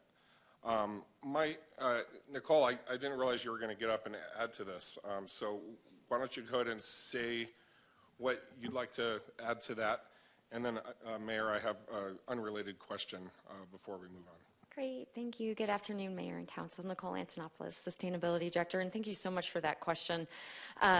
It makes me think, in this, I'm dating myself for how long I've been at the city, but back in 2012, we conducted a risk and vulnerability assessment of all operations, service operations that the city has. And guess what? Fire, drought, and flooding were the top 3 areas that we were at highest risk for us to be able to complete our services and provide to the city organization. I think we have an opportunity to have a discussion with with the fire department, Wildland Fire, and Water Services to have a joint conversation with the council of weaving this together and what this looks like. And so we'd be happy to lead that discussion and get everyone at the proverbial table, because I think what this is hitting, and I hope that this evening or this afternoon's presentation really highlights, and it goes back to that ingredient slide. I think it's perhaps, somewhere over there. But thank you. The ingredients of carbon neutrality really span the entire organization. And so we are at a point, I believe we're at a junction with our work that we need to be able to have that broader conversation of how all these pieces fit together. Thank you. Jenny, my other question is regarding this 3-pager you've put together. Yes. This is great. It's great to see it. I'm wondering if it's ready to go out yet, if you have copies of this, even for distribution to our audience members today. And if this could be something that's available in a cubby up front every Tuesday. Yes. And what are your thoughts on not just showing this to the 7 of us up here, but making sure it's always available? Yes, I was able to distribute a couple to our community members tonight. We plan to distribute it more widely in the future. So yeah, we'll absolutely have it. Someone can have mine if they need it. I know I can get another copy easily. Thanks. Councilmember Harris. Thank you for your presentation. I enjoyed it. I learned a lot. Oftentimes when people ask questions, they may be a little difficult. People assume that the person asking the question is not supportive of what you're doing. So that's not true in this particular case. So I'm going to ask you a lot of questions, and you all can either answer them now or you can take them back and figure it out and get back to me. And the reason that I'm going to ask them at the dais right now is because I think that other people who may not be sitting here probably have those same questions. And so I'm going to ask them, and I'm just going to kind of fire them off. I love it. Oh. I'm going to fire them off, and I'm sure that it's recorded somewhere, and somebody can go back and look at the questions, okay? Sounds good. So the first question is, what happens if we don't meet our goal by 2030? Don't need to answer it right now, but what happens? So does the world blow up or what? I'm serious. You don't have to answer that right now, but I want you to think about that. So what happens if we don't meet that goal? I'm happy to answer it now if you would like. Oh, go for it. Okay, so, no, the world doesn't blow up, right?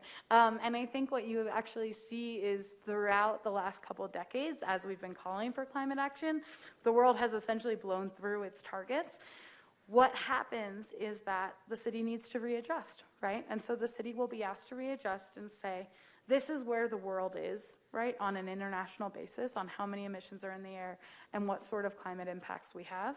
And this is how we need to adjust. And that will be based on, conversations we're having internationally, but more importantly, on local conversations, right? On what are we seeing today, right? And what are we going to see in the future in terms of fire and flooding and drought? Actually, will be those three main concerns, right? Because we'll get to have those conversations to say, all right, this is where we were. The city of Flagstaff didn't make its targets. Nobody else did either, right? Or maybe only half of the world's cities did. Right? Let's be optimistic. Maybe they all did, right? Maybe we all did. But that will be our chance to readjust, to plan for the future. By then, there will be more climate models that say, this is what it's going to look like as the temperature raises, let's say, 5 degrees, right? This is when we think the ponderosas are going to go, right? It's not a great scenario, but this is also how we have strengthened our community in the last decade. Right? Those are the conversations I prefer to have. This is how we have strengthened our neighborhoods to be able to respond to these threats. We have resilience hubs all over the place now, right? Maybe those are the conversations we're having in 2030 that says we know where folks need to go if the power goes out or if they need to get away from the smoke. So it'll be very local. It'll be very based on kind of the conditions at hand in terms of both the bad side, but again, also the good side. And how do we tell that story? Right? And how do we really think about our community assets in that way that we have been working to build from now until then, basically? Good, thank you. Of course. Okay, so next question. How are you working with NAPTA to ensure that everyone has access to public transportation? If you're asking folks to not use their cars, how are you working with NAPTA to make sure that they are getting to everyone that needs to get transportation somewhere? Don't answer that now, because that could be another whole, and I'm going to be really, conscious of my colleagues, and I don't want to keep everybody here all night. All right. Because we could probably talk about this for forever. That's okay? true. And we love NAPTA, so, and we try to support them in everything that they do.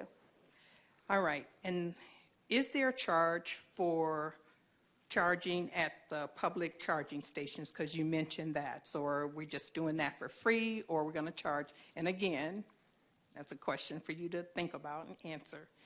And then how are we ensuring that the information regarding these funding programs that you mentioned, how are we ensuring that that information is getting to the people who need it, the folks that are not sitting here tonight, people that do not have access to the internet, people who are not watching this online, but we know that they need these resources. So how are we ensuring that that information is getting to them? And again, you don't have to answer. Can I? But, well, you can. Go ahead. Okay, because this will allow me to give a shout out to Jenna, who ran our flood-proof resilience program. So that program is to help folks buy materials to flood-proof their homes. Jenna went door to door in all of our neighborhoods that are experiencing flooding to hand out information about that program in English and Spanish. She also held, I think, countless open houses and tried to really get it out there. We haven't gotten that good in all of our programming, right? But that program is one area where Jenna really went above and beyond. So thank you, Jenna, because that's what it's going to take, right? We know that that's what's going to take. We have been doing that for a couple other programs as well in terms of just trying to break through those barriers, right? To get out to folks, because, right, social media isn't going to cut it, right? We need to really do that direct engagement. We are looking to engage with community groups to help us do this, to help us talk about the next round of flood resilience grants. We actually are really excited to work with community members to help us get that word out, because we know that a lot of times it is going to just take going to door or showing up in the grocery store of the neighborhoods that we want to be in, and we're excited about that. Part of that work is also why we bring in our AmeriCorps members, right? Because they're here to really do that kind of direct work that's focused on, the VISTA program is focused on folks living in poverty, right? And so how do we get that out there? So thank you. Thank you. Okay, and well, I guess my last question is that we have adopted two emergencies, the housing emergency and the climate emergency. We've adopted both of those. So how does what you're doing in climate get us more affordable housing? And that may be a longer question. I think because some of the things that we're asking people to do who are building in our community makes it more expensive. So how does that get us to more affordable housing? Now, I'm not talking about market housing. I'm talking about affordable housing. So, thank you, Councilwoman. And that's the end of my questions. Thank you. I'm happy to start, and I actually think it probably makes sense for us to have a much longer conversation about it because it's something that comes up a lot. We also love our friends in housing. We had a really cool climate resilience event this summer, actually, where housing came in and talked about this and talked about how housing and sustainability's goals are so aligned and so together. To your question about, increased costs from housing, that we acknowledge is a completely real concern. What we want to help kind of the market to think about, as well as figure out how we can incentivize, is that, sustainable housing is actually cheaper over the long term, right? But it might not necessarily be cheaper up front. And so how do we think about lowering those costs up front through incentives, right? To help actually bring down those costs so that then folks, when they have a more efficient house and they have lower utility bills, that they didn't have an upfront barrier to get into that house in the beginning, right? We also work a lot on density, right, and neighborhoods that, are kind of complete neighborhoods. And adding more housing in Flagstaff is a goal that housing and sustainability we could go on all day about how that's good for all of us, right, and how increased density will house more folks in town and also be incredibly good for for both of our goals. One specific thing, and I can shout out Genevieve, who we launched our ADU survey today. So ADUs are one example of if we can get more accessory dwelling units in backyards, right? So these might be like casitas, right?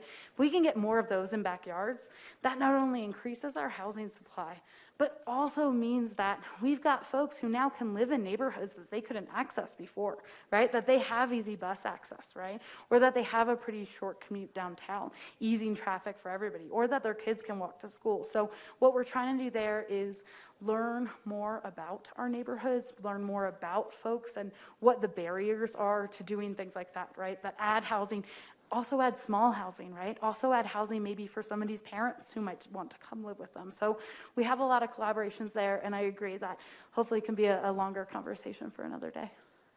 Yeah, because I don't think it's just as simple as all of that, but you all can figure that Agreed. out.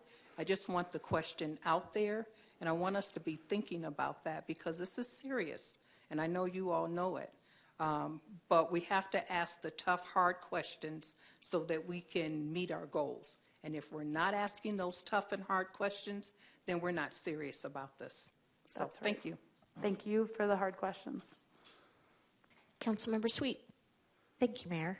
I wanted to show appreciation. You listened to what we requested, and at first glance, I think it's great. Thank you. And I'm excited about the ADU conversation. I had a house that had an ADU in the back, and I can tell you it was beneficial for not only the renter, but for me as well. So looking forward to that survey result. And also, thank you for addressing the fleet electrification and the concerns surrounding that. I appreciate it. Thank you. All right, I have a couple of questions. With the incentives for those who are flood impacted, you said that that the money can go toward making their home more resilient, against flooding. Could it also go toward purchasing flood insurance? Okay. No, No. it cannot. So it really is just for those materials. And Jenna, do you want to maybe add a little bit there? Thank you. Thank you for the question. So this funding is some federal funding that we worked with Stormwater on, so shout out to Stormwater too, which we didn't get to mention earlier. But we have worked with the experts on that side to kind of identify some of the materials that are best for what we call dry flood proofing, so preventing water from coming into your home. So these are some barriers that can be either kind of installed on your doors or windows. Some are larger barriers that go kind of outside your home to maybe block off a whole side of your home. And there's also some sealants for like concrete slab foundations to be able to seal that off. So this money is not for insurance, but we did, as part of the grant application, it was optional, but I asked a handful of questions of what can we do better in the future? What are your biggest needs, with a list of them as well as a bunch of space to write in. So we are excited to get that data and go after funding forever until we can try to make sure that everyone in our community and their homes are safe from flooding. So Thank you. yes, thank you. I know many of us during the flooding and after the flooding heard from residents who wanted to purchase flood insurance, but it's just cost prohibitive and they weren't able to. Along the lines of not just flooding, but any of the activities that you're doing, during and after the flood event, several of us went door to door handing out information, and I think probably several council members, myself included, would be willing to go door to door with materials about carbon neutrality and what's available through the city. So I just throw that out there. And the ADU pilot project, we had been talking about creating a set of plans or a couple of set of plans that were already approved so that people could build these more cost effectively. What exactly is involved in your pilot project? Mayor Daggett, Genevieve Pair 3 here. So we did discuss that. So just to recap this ADU pilot project, we do have a lot of internal partners involved. So it's sustainability, but also planning, housing, and building, I believe. So quite a bit of city staff. We met a bunch of times, kind of discussed this idea of model plans and what are the barriers to ADU construction. But with the rapidly rising costs of construction, labor, we really felt like we needed a better sense of what the barriers actually are before we move forward with a pilot program for model plans. That definitely still is on the table. It's actually a question in the survey about if folks who have built an ADU, if that would have been helpful for them, or people who might be interested, if that would be helpful for them. But we really felt like we needed just a better understanding of some of the barriers. So that survey targets folks who have built an ADU. There's quite a few questions, so I hope they get through all of them because it'll be really helpful for us. But also people who might be interested. And it also allows renters to discuss their perceptions of living in an ADU too. So really trying to get broad community perspectives on this. So that's still on the table, but we did a lot of research into other communities who are working on that, and it's quite involved and could be very beneficial, but it targets specifically detached ADUs. It doesn't target integral or attached ADUs. So we kind of just, before we really jumped into that, wanted to get some better data. So we'll definitely present those results to you when we're ready. The survey is going to be open for about 3 weeks, but we're also reaching out to contractors and designers. So once we have a better idea of how that works, we'll definitely get back to you and let you know next steps. Thank you. And is the survey available on the city's website? Mm-hmm. Yes, it's on the Flagstaff Community Forum. It went live yesterday, and an announcement went out this morning, and it'll be on social media, so hopefully we'll get a lot of press about it, but feel free to share it with your networks. The greater the response rate, the better. Thank you. Yeah, thank you. All right, I don't see any other questions or comments from council, so I'm going to take public comment. First, we have Jill Stevenson.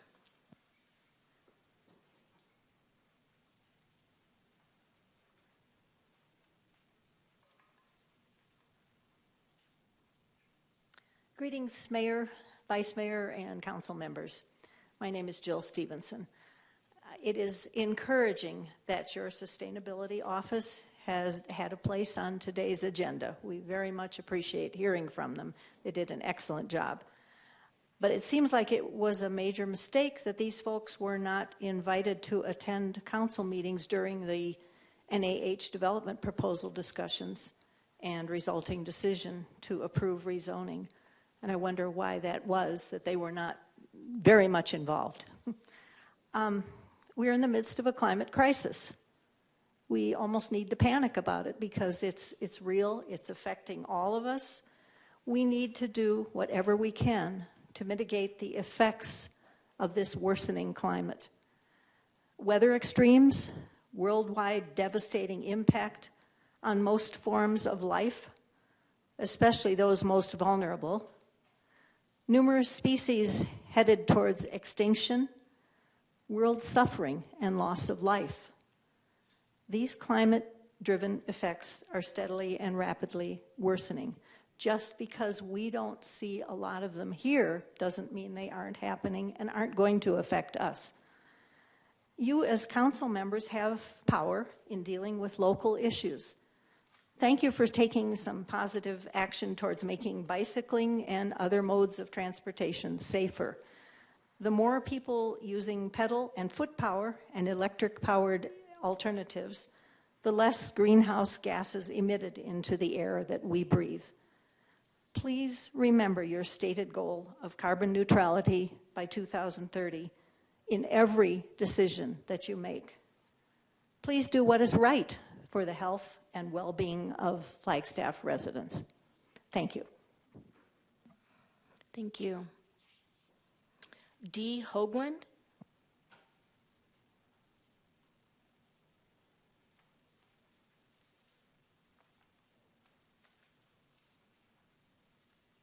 Mayor, Vice Mayor, Council. First, I'd like to recognize the efforts of the City and Sustainability Department for how much work they have accomplished with regard to mitigating climate change. It was an excellent presentation, and I really appreciate you guys. I know I've said this before here, but it does bear repeating. According to the latest IPCC report, radical changes are required on a systemic level, and every available measure needs to be undertaken to have the chance of keeping global warming below 1.5 degrees, and that's a quote. The IPCC, which is the Intergovernmental Panel on Climate Change, a part of the United Nations, also continues to state the world must rapidly shift away from burning fossil fuels. I respectfully recommend a prompt implementation of your carbon neutrality plan. including transitioning to electric vehicles and promoting alternative modes of transportation to help achieve carbon neutrality by 2030. Thank you so much for your kind attention and action on this. Thank you. Andy Fernandez.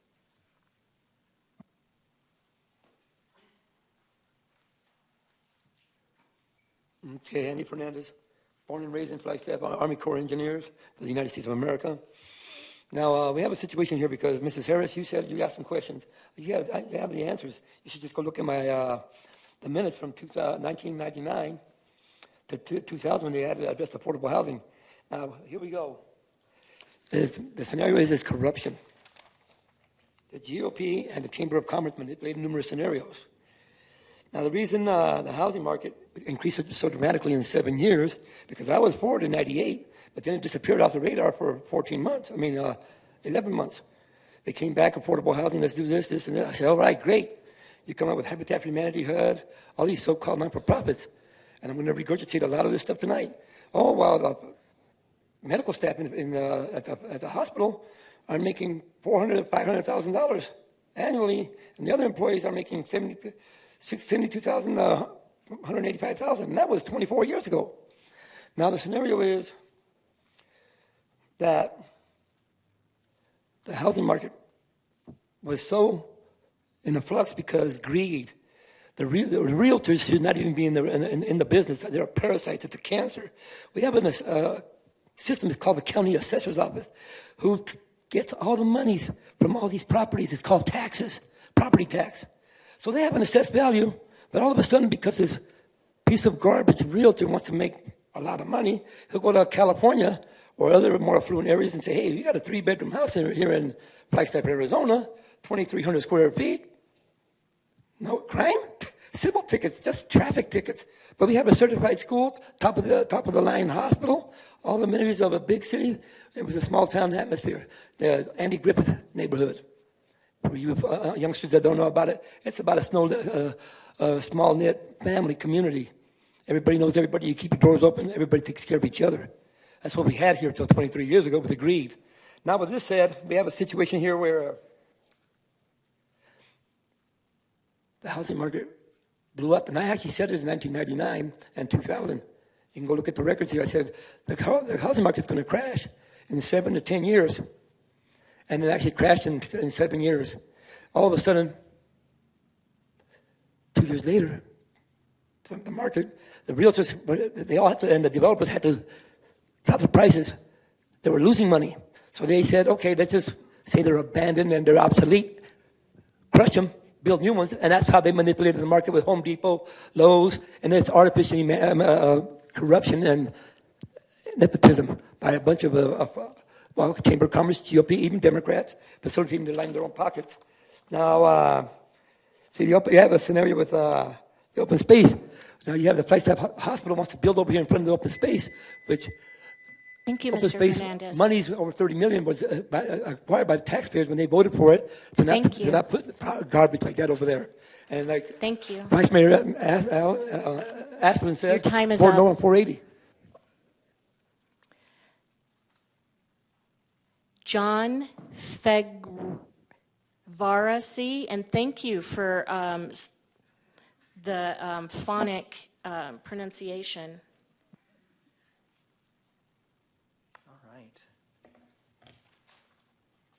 Good evening, Mayor, council members. My name is John Figbarasi. I teach a climate science program over here at NAU. Several of my students are actually here tonight. Now, I work a lot with everybody that just presented, so I'm really good friends with everybody here. And it's really awesome to see all these updates and all these initiatives, all these things that are happening. And I know you said there's a big update coming further down the line that's got a lot more data that's going to be presented. But I guess also my comment is that I am a big data guy, and I imagine there's a lot of people here as well that are very much thinking about the data. You know, every pound of CO2 that we're not emitting is a good thing, and it's fantastic seeing all these updates and actually seeing like this initiative reduced our emissions by this exact number. That's fantastic. I love seeing that. It very tickles my left brain very much so. And I think the plan actually says something like we have to reduce our emissions by 44%, but also remove several 100,000 pounds of CO2, which you commented on, Councilmember, about what that technology is going to look like. And we see the wedge diagram, and I imagine many people are looking at that and thinking like, what does that actually look like? So I guess what I'm asking is maybe seeing a figure or two of like what our emissions have looked like, and actually how kind of expressing that urgency of like, this is where our emissions are going in the city, and like, yet this is also where they're coming down when we're doing these things. Like, I know that would be really like exciting to see, like, look, we implemented these 5 things and look, we're actually reducing our emissions. The math is coming down. I think personally that would be very satisfying to see, because ostensibly there's somebody somewhere in some back room that's like doing the math, that's actually doing the inventory and doing the calculations of this is what goes in, this is what goes out. So in 2030, that number is 0, hopefully. Yes, that's what we're all rooting for.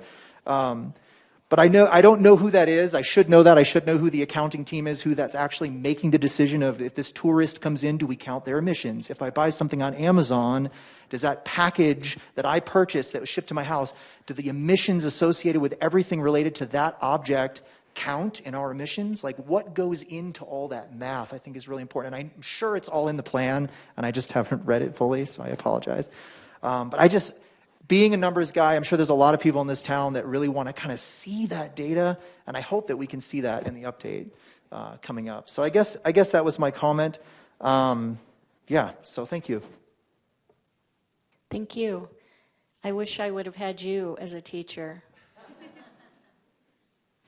And Jenny and Nicole, I know that you have the capability to do that because we talked about calculating carbon footprint. So will that be part of the presentation that you make? Yes, that will be, so at our next update, which should be about February, we'll break out that wedge graph.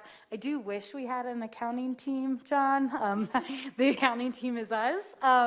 So there's that, but we will be breaking that out. We do our greenhouse gas inventory every 2 years now.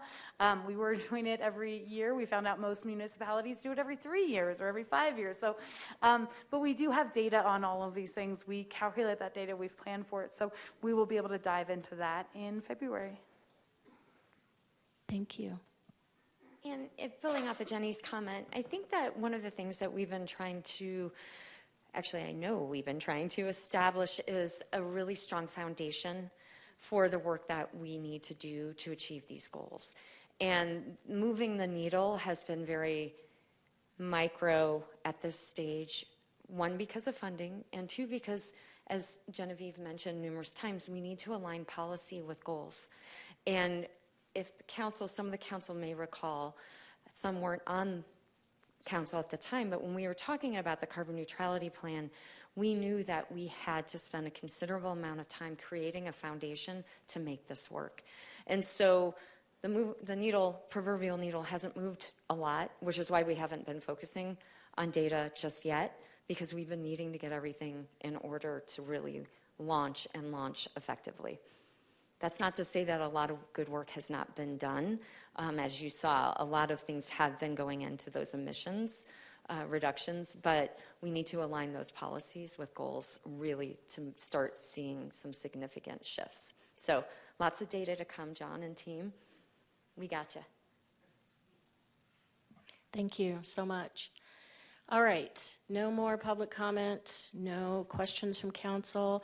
We can move down to item number 9, city code updates for Bushmaster Park sports courts with lighting controls.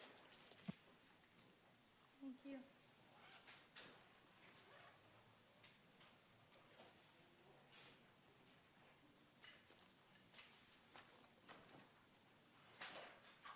Do you have any idea how hard it is to follow that act?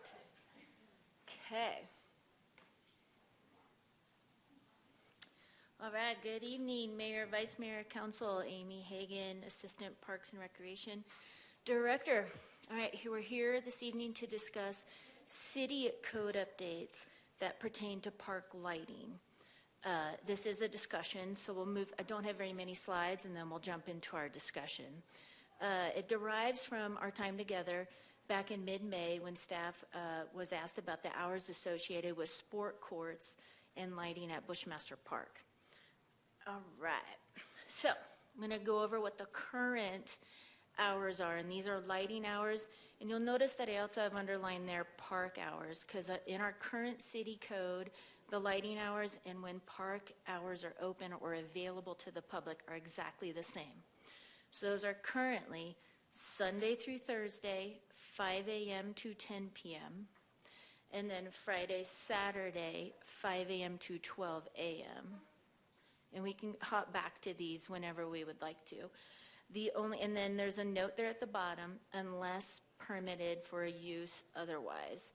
And I'm going to cover what some of those items are otherwise when we get to another slide here. So what staff did after our mid-May meeting was we started to review what other peer cities within the state are doing with their both lighting hours and park hours. We reviewed some examples up there: Sedona, Prescott Valley, Prescott, Tempe, Scottsdale, Surprise, Fountain Hills, Mesa, and Goodyear were just a few of them. Naturally, many cities tend to mimic each other, and then there are a few outliers, but from a staff lens, consistency was going to be a very important piece of this. In addition to this research, staff considered some equity considerations, because in mid-May we were talking about just sport courts at Bushmaster Park, but we also have sport courts at Thorpe Park that are lighted. Those are 4 tennis courts there. And I do want to note something that is different for us as staff. We have these sport courts, which tend to be racket sports or ball sports. Then we have our ball fields. Those are different. So we do have Little League fields that are for our user groups with our both Little Leagues, both boys Little League and girls softball. Those are at Continental Park, Joel Montalvo Park, and Mark Grace Field that's within Arroyo Park. Then we have our Thorpe softball complex that is a part of our adult athletic programming. So I do want the council to note that these items are outside of that. We're just talking about sport court lighting, not ball field lighting, because all of that is underneath a permit, whether with that user group or within ourselves for our athletic programming. Can I stop you there for just a second? Always. So at Thorpe Park, the lights are on for the hours that you indicated in the previous slide. Correct, yes. So then let's move on to staff suggestions. So staff suggested hours for both lighting on these sport courts and just in general park use hours would be, let's be again consistent, Sunday through Saturday, sunrise to 10 p.m. We all know sunrise will vary depending on the season, but that would be a sunrise to 10 p.m. And again, still with that caveat of unless permitted for a use otherwise. Let's discuss. My next question was going to be, when do we get to discuss this? So this is good. Third slide. You're welcome. We'll go back to this one because this is the staff suggestion, and I can go back to what the current city code hours are too, if desirable. Council, do you have questions, comments? Sure. Vice Mayor? Yeah, maybe I'll, excuse me. Maybe I'll start off our discussion with having you remind us what the general consensus was at the beginning of the summer when we originally discussed pickleball at Bushmaster Park. My recollection is that we were amenable to putting those courts in, but maybe not lighting the areas as one of the compromise measures. I don't know if that's where things finally fell in terms of council direction, majority direction, but please, to the best of your ability, if you could review with us what was discussed, if not decided, at the beginning of the conversation around approving pickleball courts at Bushmaster. Of course, happy to, Vice Mayor. So in that discussion on May 16th, we did go back and forth because lighting exists today on the 2 tennis courts and the 2 basketball courts that are currently dual striped for 8 pickleball courts. So for the new proposed 8 pickleball courts, the decision at the end of that evening was to continue it with lighting on those new courts as well, since lighting exists today on the sport courts at that location. That then created the discussion of, do we have the appropriate hours of when lights can be on at any sport court location? Okay, thank you for that review. You know, because there's so much sensitivity around the noise and the disruption that pickleball can create at large levels and large volumes in this close-knit community, I will just say right off the bat, I am amenable to considering lesser hours of operation. This is also, you know, it coincides with my zeitgeist around dark skies preservation and maybe Flagstaff, you know, being less friendly to nighttime outdoor sports activities than other communities who don't have that kind of consideration. It's really not what we're talking about, but it's synergistic with that ethos. And unless I'm hearing from our pros staff that there is a particular compunction or urgency around making sure that lighting does stay on later, and if that is your recommendation, I invite you to articulate it very strongly. But I don't think I'm hearing that right now.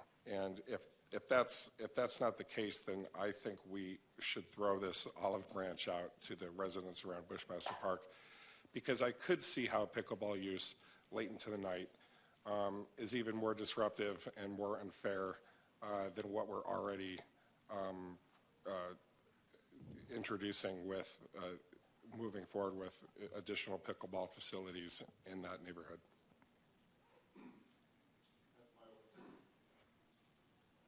Councilmember McCarthy. Well, thank you, Mr. Aslan. I absolutely agree. I just think the people, well, I'll ask a question of staff first before I make my other comments. Are you taking into account that some of these activities are right in back of people's yard to the point where it's extremely annoying versus other ones where the activities are pretty far away from anybody's house? So, you know, I would think that those would be like two different approaches. So any thoughts on that? Again, we reviewed what other municipalities are doing within the state. Majority are at sunrise to 10 p.m. for both sport court lighting and for just in general park use. I do think our sport courts in Thorpe Park, although they are tennis courts, they're very close to residences too, so it's not a foreign concept compared to these courts at Bushmaster Park. And in speaking with user groups, many of them express that they are not playing late into the evening, but I do think that there is some misuse at both park locations with the lighting from non-sport users rather than just wanting the lighting to come on to enjoy other parts of the park, which is why I think an important piece of this is that this includes sport court lighting plus just in general park hours. Okay, I appreciate that. A lot of the people that live in particular near Bushmaster, their backyards are useless for quiet recreation until the ball games are over.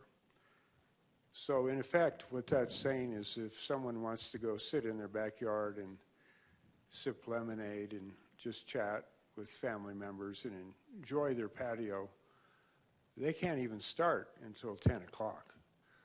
So, and the problem is that a lot of people, they go to bed at 10 o'clock. So in effect, what this rule would do is say that their backyards are completely useless for passive recreation.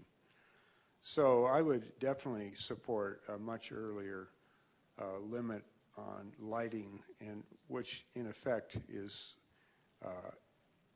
determines how much noise is created.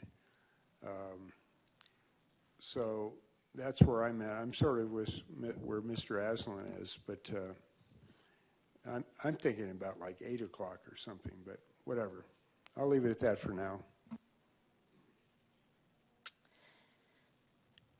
I, too, support an earlier time, and I'm wondering whether we have data on just general park usage from between 8 p.m. and 10 p.m., so not sports courts. And my thinking is, and I know this throws a wrench into it, but could there be a later time for just general park usage and sport courts lighting going off before that? Mayor, there could be. The staff suggestion is in an effort for consistency. It does make it easier on those that enforce the rules in the parks, which currently does rely on our police department. But again, this is a discussion and we're open to any ideas. This was just the staff's suggestion. Vice Mayor. Just in terms of the concept of consistency, I'm having a hard time with that because, as you pointed out, the sun sets at variable times throughout the year. To me, it makes more sense to maybe couple what we're doing to a formula of when the sun sets, so that what's consistent is that an hour after the sun sets, the lights are off. But that's just where my default thinking is on the subject. I do think it's weird that if we just set 9 p.m. and it's 8:45 in the middle of July, and it's time to shut the park down, and you still got families out barbecuing, playing on all that playground equipment, finally cooling off after a hot day. That seems a little weird. Keeping it open till 9 p.m. when it's October and it's been dark for 4 hours also seems burdensome to local neighbors. So it may be more difficult for police and for enforcement or management, but it seems to make more sense. And thank you for letting me add that comment to that, piggybacking on what you're already saying. Councilmember Harris, then Councilmember McCarthy. I do think that we need to be considerate of the other staff who have the job of enforcing. I'm just kind of wondering how will people, you know, if I'm a police officer and I go to the park, and if I wasn't paying attention to when sun went down, and I have to look at my watch and say, okay, did the sun go down at 7 o'clock and it's 8 o'clock now, or did the sun go down at 8 o'clock and now it's 10 o'clock or 9 o'clock? I think it's just gets way too confusing. I would much rather us set a time from this time to this time and then just be done with it. But that's my opinion, so. Thank you, Mayor. I would like to talk to this issue of being consistent with other cities. I will say that in my long lifetime, I've lived in Tucson, I've lived in Tempe, and I've lived in Phoenix, and obviously I've lived in Flagstaff for over 2 decades now. I will tell you that in all those other cities, we didn't have any rules on outdoor lighting. No one cared about dark skies. But this city, we took the leadership role and we said we're going to implement dark skies and respect that here. And I can tell you there's astronomers in those other cities too. Kitt Peak is pretty close to Tucson as an example. So I don't think it's that important that we follow the lead of the Tempes and the Phoenixes and the Tucsons. I think we should make our own determination based on the needs of our citizens. And I'm thinking of 8 o'clock is a good time. Councilmember Sweet. Thank you. So my thought aligns with Councilmember Harris that to ease a lot of the efforts that need to go in with keeping the time, that we should be consistent. And I like the Monday through Sunday or the Sunday through Saturday. I think when I was out there with you, we were talking and my comfort zone was 9 p.m. So, I'm okay with adjusting to 8. I'm okay with going to 9. I do feel that 10 might be a little late for our community. Thank you. Are the lights programmed at each individual park, or is there a central programming? The lights on the sport courts are at each individual park. They're on a 1-hour timer. So whatever time frame we choose through our discussion tonight, obviously if you were to turn it on at, say we choose 9 p.m., you turn it on at 8:15, they're going to go off at 9 p.m. So they're not on a timer where they come on, someone is manually They're all manual, yes. turning those on? Yes. Okay. And as we're replacing lights, are we talking about doing something that's timed where it just goes off at 9 every night and comes on? They are on a timer, Mayor, so that they're not enabled to go on, illuminate beyond the current time, so those current hours, so that 10 p.m. right now, Sunday through Thursday, or midnight, Friday, Saturday. And the same would occur with whatever we come to a resolution on tonight. So they could not be illuminated beyond that stop time. And then they would not come on in the early morning hours before the sun were to rise. Okay. So I'm hearing, I too think that it should be uniform, and I could go with 8 or 9. So I'm hearing flexibility there. I think we all would like to see earlier than 10. Yes, Councilmember. Do we have any public input on this? We do.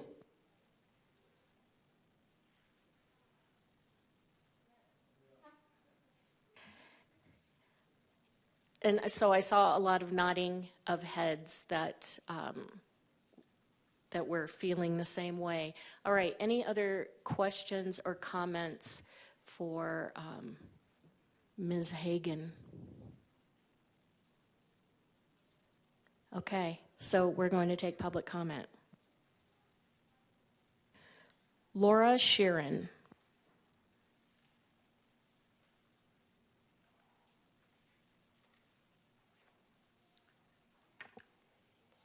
Hello, Council. I'm Laura Sharon, a 23-year resident, I guess, of Flagstaff, retired National Park Service.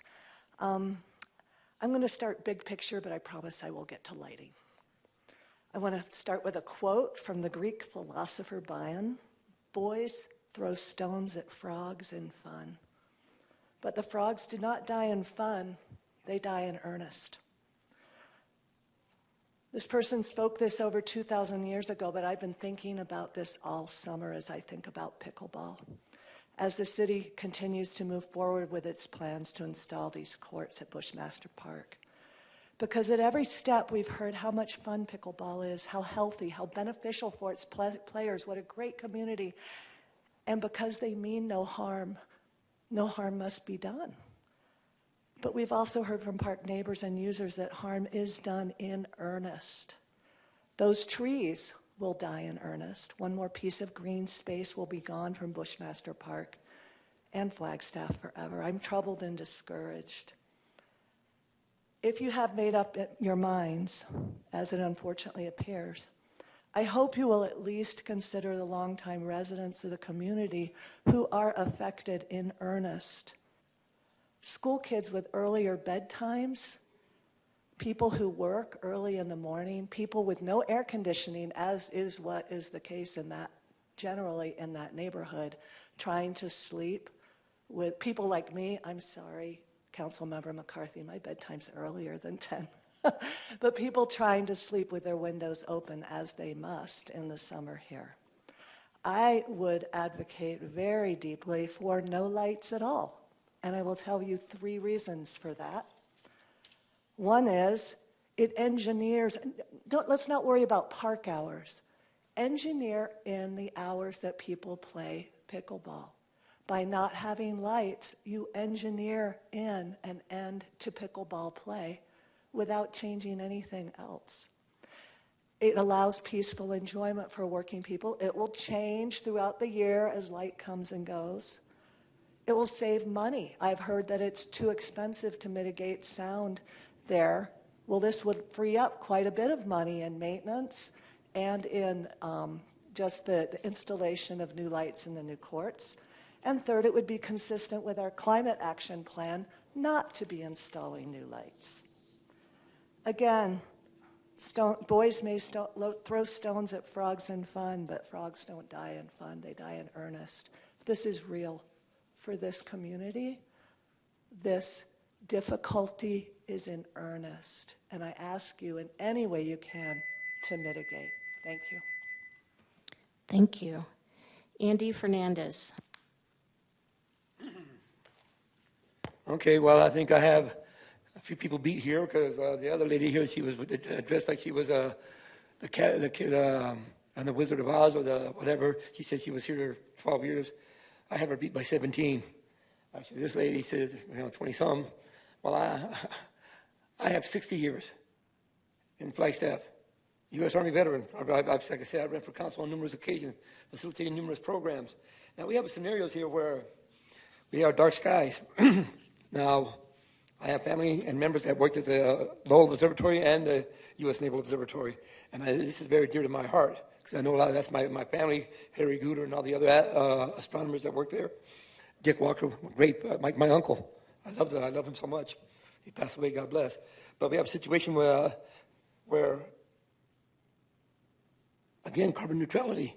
There's like this scenario with Proposition 480. You want to urban sprawl into an open space area that we already said we don't want no more urban sprawl. That's why we put up for open space and spend a $34 million bond to facilitate that. Now, with this scenario, very simple. I'm in the same scenario. We don't need to have no light in the morning. And if we're going to have any lights at all, 8 o'clock, 8:30 maybe. But this mindset that we were programmed into, brainwashed, started in 1912 when World War I was implemented to facilitate 24-hour shifts in the factories. And then that ended. But okay, everything kind of went back to normal. Then in World War II, again. And that's when the women started getting into the workforce. So that scenario structured a different mentality. And corporate monopolies, nepotism, both Democrats and Republicans back across the aisle making deals. So the scenario is that we have numerous issues, and I would rather see eliminating factories opening up from 8 o'clock till 6. It should just be from 8 o'clock till 7. That would be great, but it's a dream that won't happen because greed and the American way, the Industrial Revolution. So now with that said, yeah, I was here last year, actually 11 months ago regarding this, and I have a lot of issues addressing that and as well as the carbon footprint. So again, by having all these urban sprawl, having all these lights situated at these times, it's 3 steps backwards. We're digressing. Same thing with vehicular traffic. Oh, you got to have your spotlight. You have your lights on at 4 in the afternoon, and you're on some of these interstates. That's asinine. Okay. Yeah, and again, while the affordable housing that manipulated another 7.5 million, almost 8 million homes in this community, also facilitated light poisoning. But we need to address all those issues. Thank you. Audrea Smith.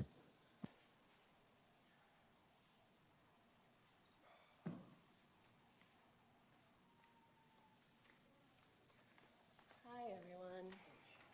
Nice to see you. I was not prepared to hear so much positive voice. Thank you. Thank you for recognizing the problem with lighting. But I'm not good at improvising, but I had some words prepared. And I'll share what's appropriate. And I start by saying, don't you just love our summer evenings in Flagstaff? Our summer weather is well known, anticipated after long winters by locals and coveted by out-of-towners. Don't you just love spending those evenings with your friends and loved ones with meals and drinks or just enjoying solitary contemplating and the sound of crickets and the fragrance of the pines? My friends and I have always said, why go anywhere else? Stay home in Flagstaff for the summer. And I do. Well, that joy has already been stolen from me, as I told you a couple of weeks ago. I've logged in one quiet evening this summer before my normal bedtime, when pickleball was not being played till 10 p.m. Something about the Labor Day weekend kept them away that Monday evening. I've already begun looking at real estate in New Mexico. I have an appointment with a realtor to talk about the value of my home of 35 years, one that has every bit of my savings and my back invested into it. But I need to do what I can at this point to get a fair market value, because homeowners in other cities who have my issue have seen their property values go down, cursed by pickleball noise and lights and the general invasiveness. And if my value goes down, this may be the point. I hate to think about this, to file a nice lawsuit. I'm sad, though, that 18 to 20 trees will be gone from the heart of this neighborhood. So the decision to turn court lights out in Bushmaster by 10 p.m. is the recommendation by staff, and says it will set an ordinance for Thorpe also and other parks. Staff mentions peer cities who turn court lights out at 10. May I remind you from an earlier presentation I made that one of those peer cities, Prescott, also chose to build their pickleballs, their mecca, way the hell out of town. I still maintain my view that pickleball is an oddity among all sports and should have its own set of rules apply to it. I also maintain that Bushmaster is an extra special park with its adjacent living residents. My vote is for pickleball courts to go out at 8 p.m. Or I like some of these other ideas too, more about our dark sky. This is kind of my compromise. While basketball and tennis go out at 10. I don't care what happens at Thorpe. At some point this summer, the entire park lighting was timed off at 10 p.m., shutting down all activity that used to carry on through the night. Thanks. Do the right thing. Thank you, Audrea.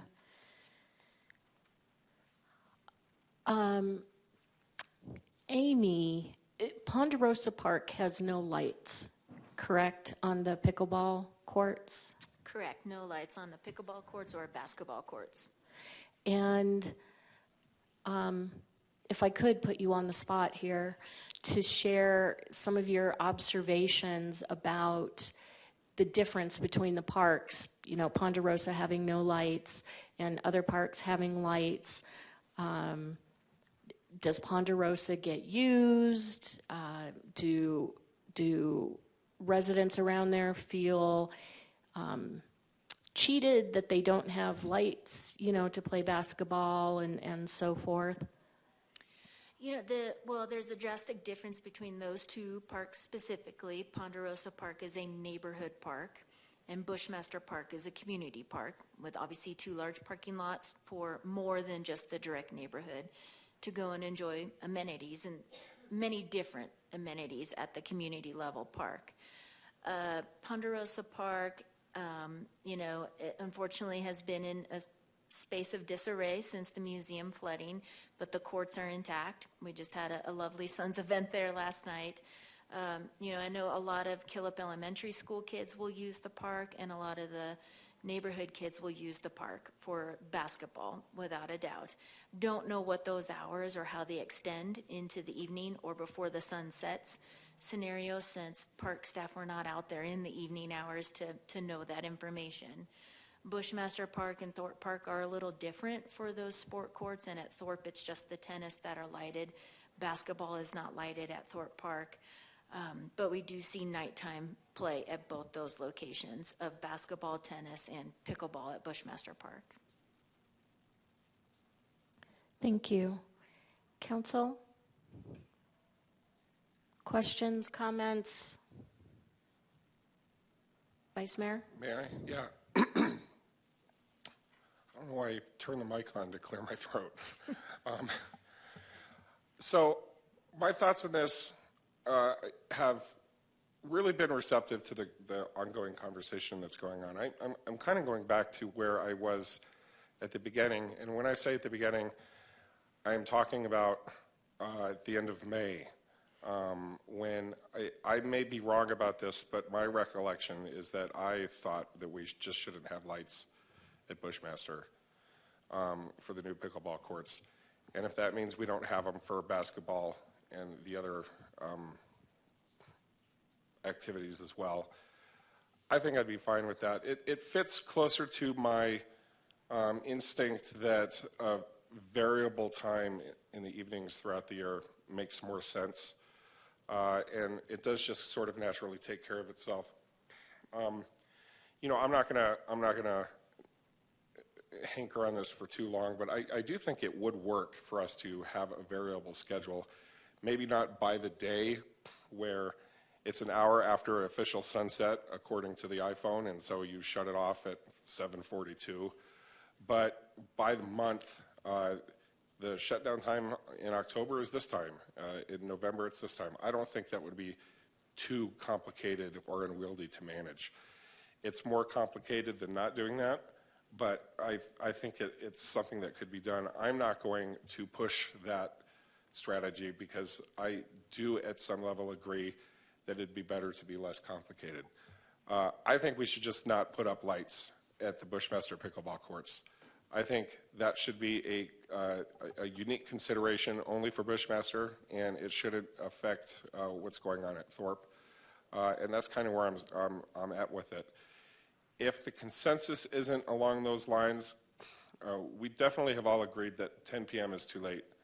I think 8 p.m. is too early if we're not varying the time throughout the year.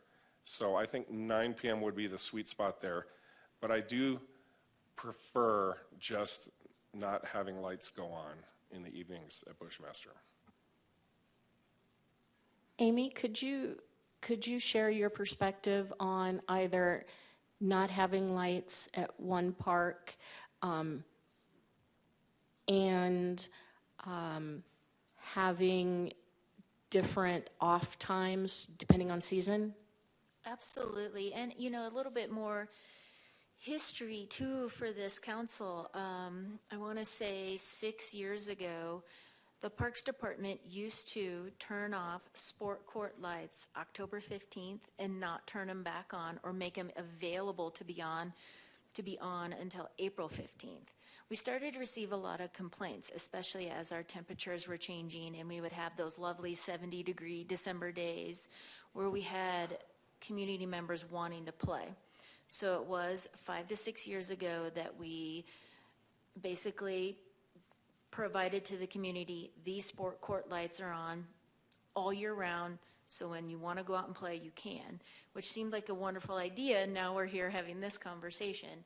You know, I from a professional lens, separating two different sport court locations to me would not make sense. And there's residences adjacent to both of them. So I feel that to be consistent and equitable, we would need to, whatever decision we make should be intact at both those locations. So that's at Thorpe Park and Bushmaster Park. The basketball courts at Bushmaster Park, there are only lighted basketball courts in our entire park system. And I do know that we do have youth out there playing at night. That's become evident. We receive a lot of information from our community members, which is some of our only data, unfortunately, for our basketball groups.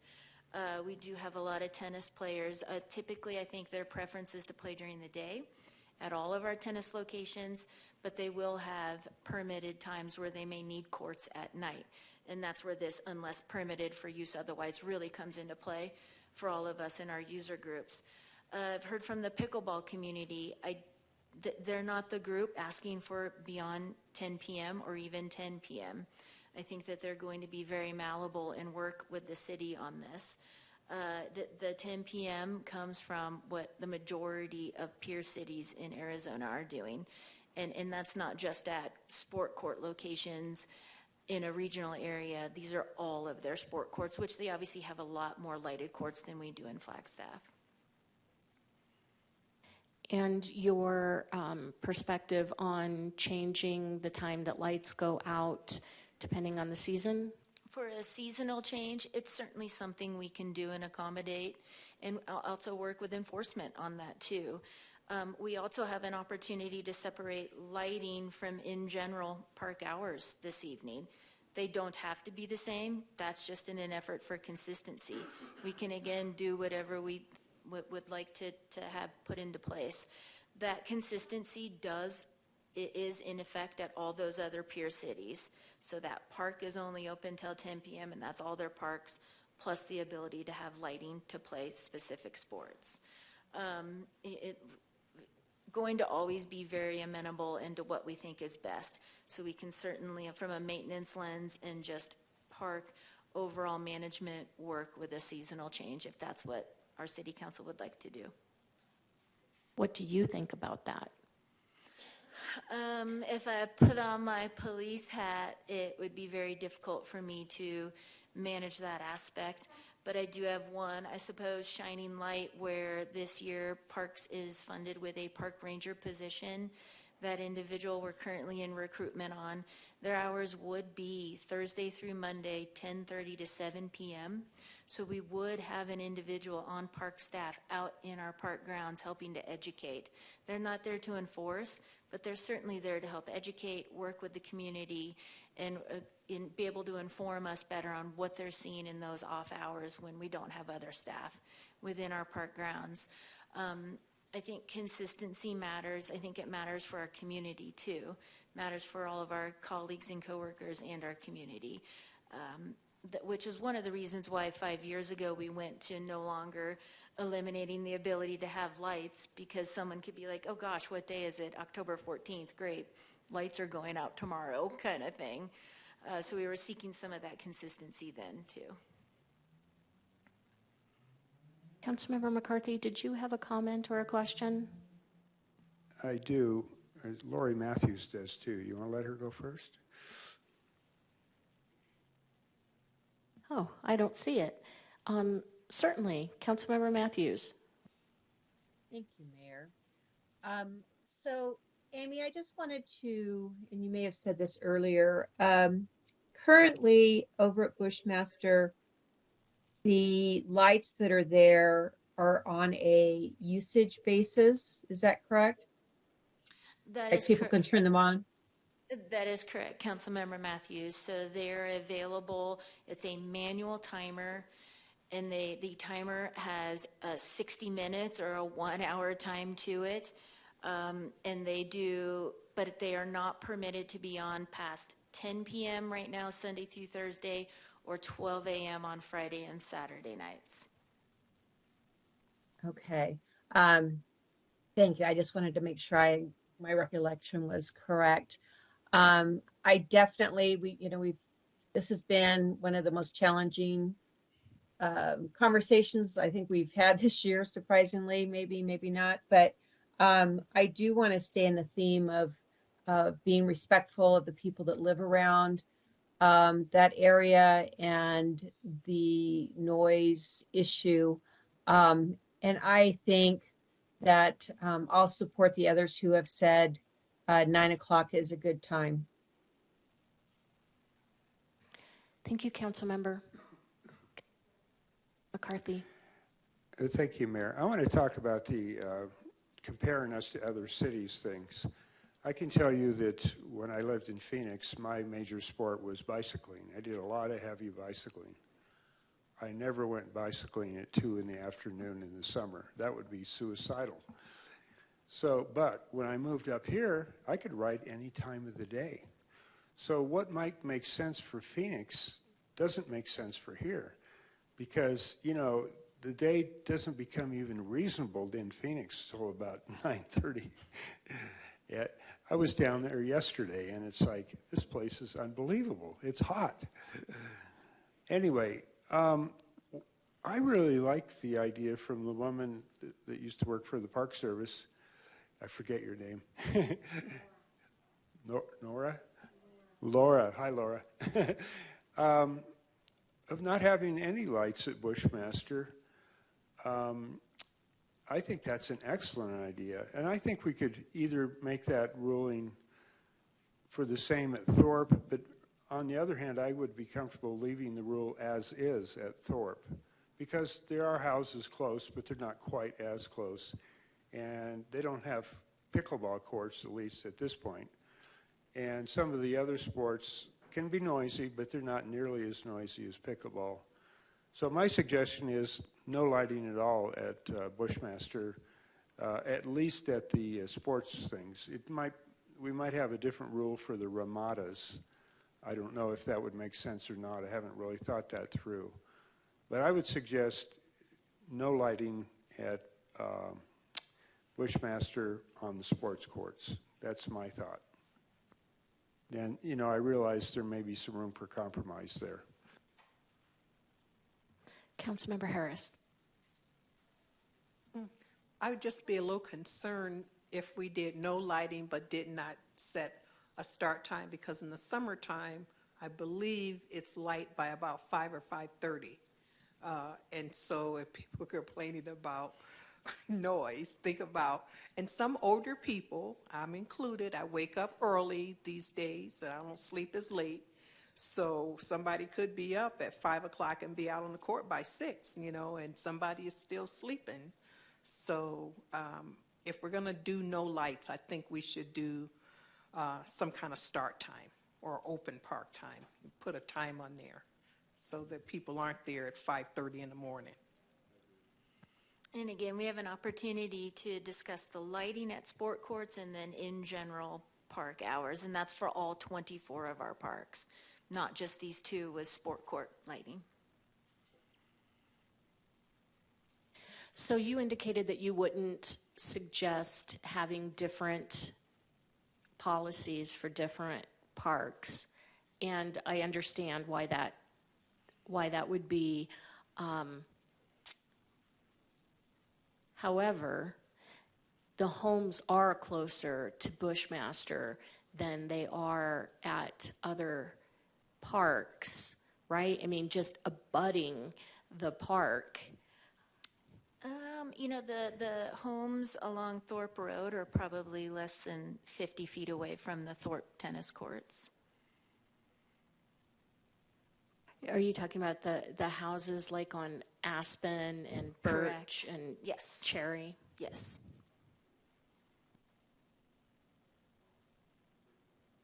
Quick point. I think pickleball is different than these other sports. It's way louder.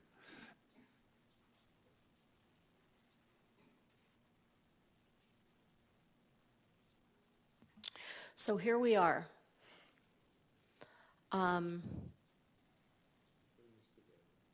Yeah, let's bring it together. So we have 2 who have expressed strong support for no lights. We have 5 who have expressed support for an earlier light going out. And then, oh yes, sorry, Councilmember Matthews. And Councilmember Harris, that was a very good point about if there isn't lighting, that we need to make sure that the hours are communicated to potential users. So you're not looking for, we're not making a decision tonight, we're just kind of giving you our thoughts because this is a work session. Do you believe that there's any additional information that you could be bringing back to us in terms of lights, no lights, or do you think that we have exhausted the conversation? You know, the existing lights at Bushmaster Park, if I'm not mistaken, have been there since the late 90s on the tennis and basketball courts, which just so happen to be used for pickleball courts too. So if we were to remove the ability for those lights to be used, knowing that we see pickleball play at our other concrete surfaces, you know, I see it at Cheshire Park, on the tennis court, basketball courts. We have seen it at Thorpe Park. I can only envision a migration if we remove lights from a certain location, since that sport ends up being rather portable.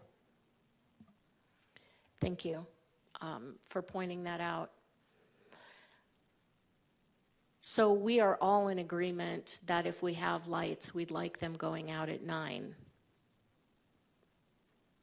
Or before. Or before. Can we go with that? Because we've got all of us on board for that. And then would the lights at the park stay on until 9 as well? It would be sport courts and the park? It's just the sport court lighting, so pedestrian lighting does not change. But then our other opportunity to clarify this evening would be then those in general park hours, when we think a park should be permitted to be open and how late into the evening. So excuse me, you're looking for direction from us on that as well? I am, yes, Mayor, because the way the city code is written today, it's just park hours and the lighting. So we need to separate the two, because I don't think, what I'm understanding is that we're not stating that we want parks to close at 9 p.m. We just want to mitigate when the lights on specific sport courts can be illuminated. So we do still need to identify what we're comfortable with on park hours for all 24 parks, just for park hours to be open. So council, what do you think about 9 p.m. for sport courts and 10 p.m. for parks?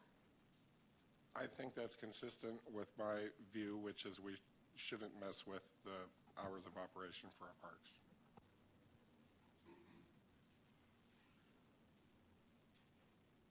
All right.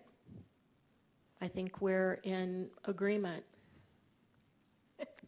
Thank you.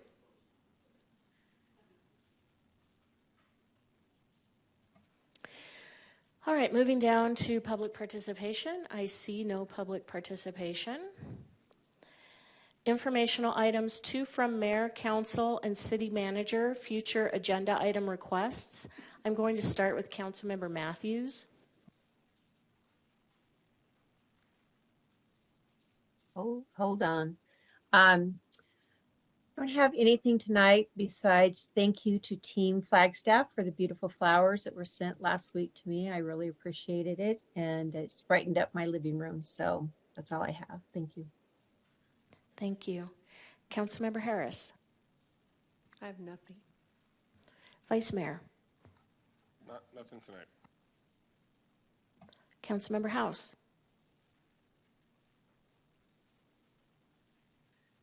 Nothing this evening, but thank you for acknowledging that I was able to make it in. I've actually been on the phone for most of the meeting and was just traveling to Tucson, so I apologize for not being there in person. Thank you. We missed you. Thank you. Councilmember Sweet. Thank you. I do want to thank Anya for my flowers that are up here. They're beautiful. And for next week's meeting, I will be attending virtually. Thank you. Thank you. Councilmember McCarthy. Nothing tonight, Mayor. Thank you. And Vice Mayor and myself and Councilmember Sweet will be attending the meeting next week virtually. We will all be at the International Downtown Association Conference. And that is all that I have. City Manager. Nothing from me. Thank you, Mayor. Thank you. We're adjourned.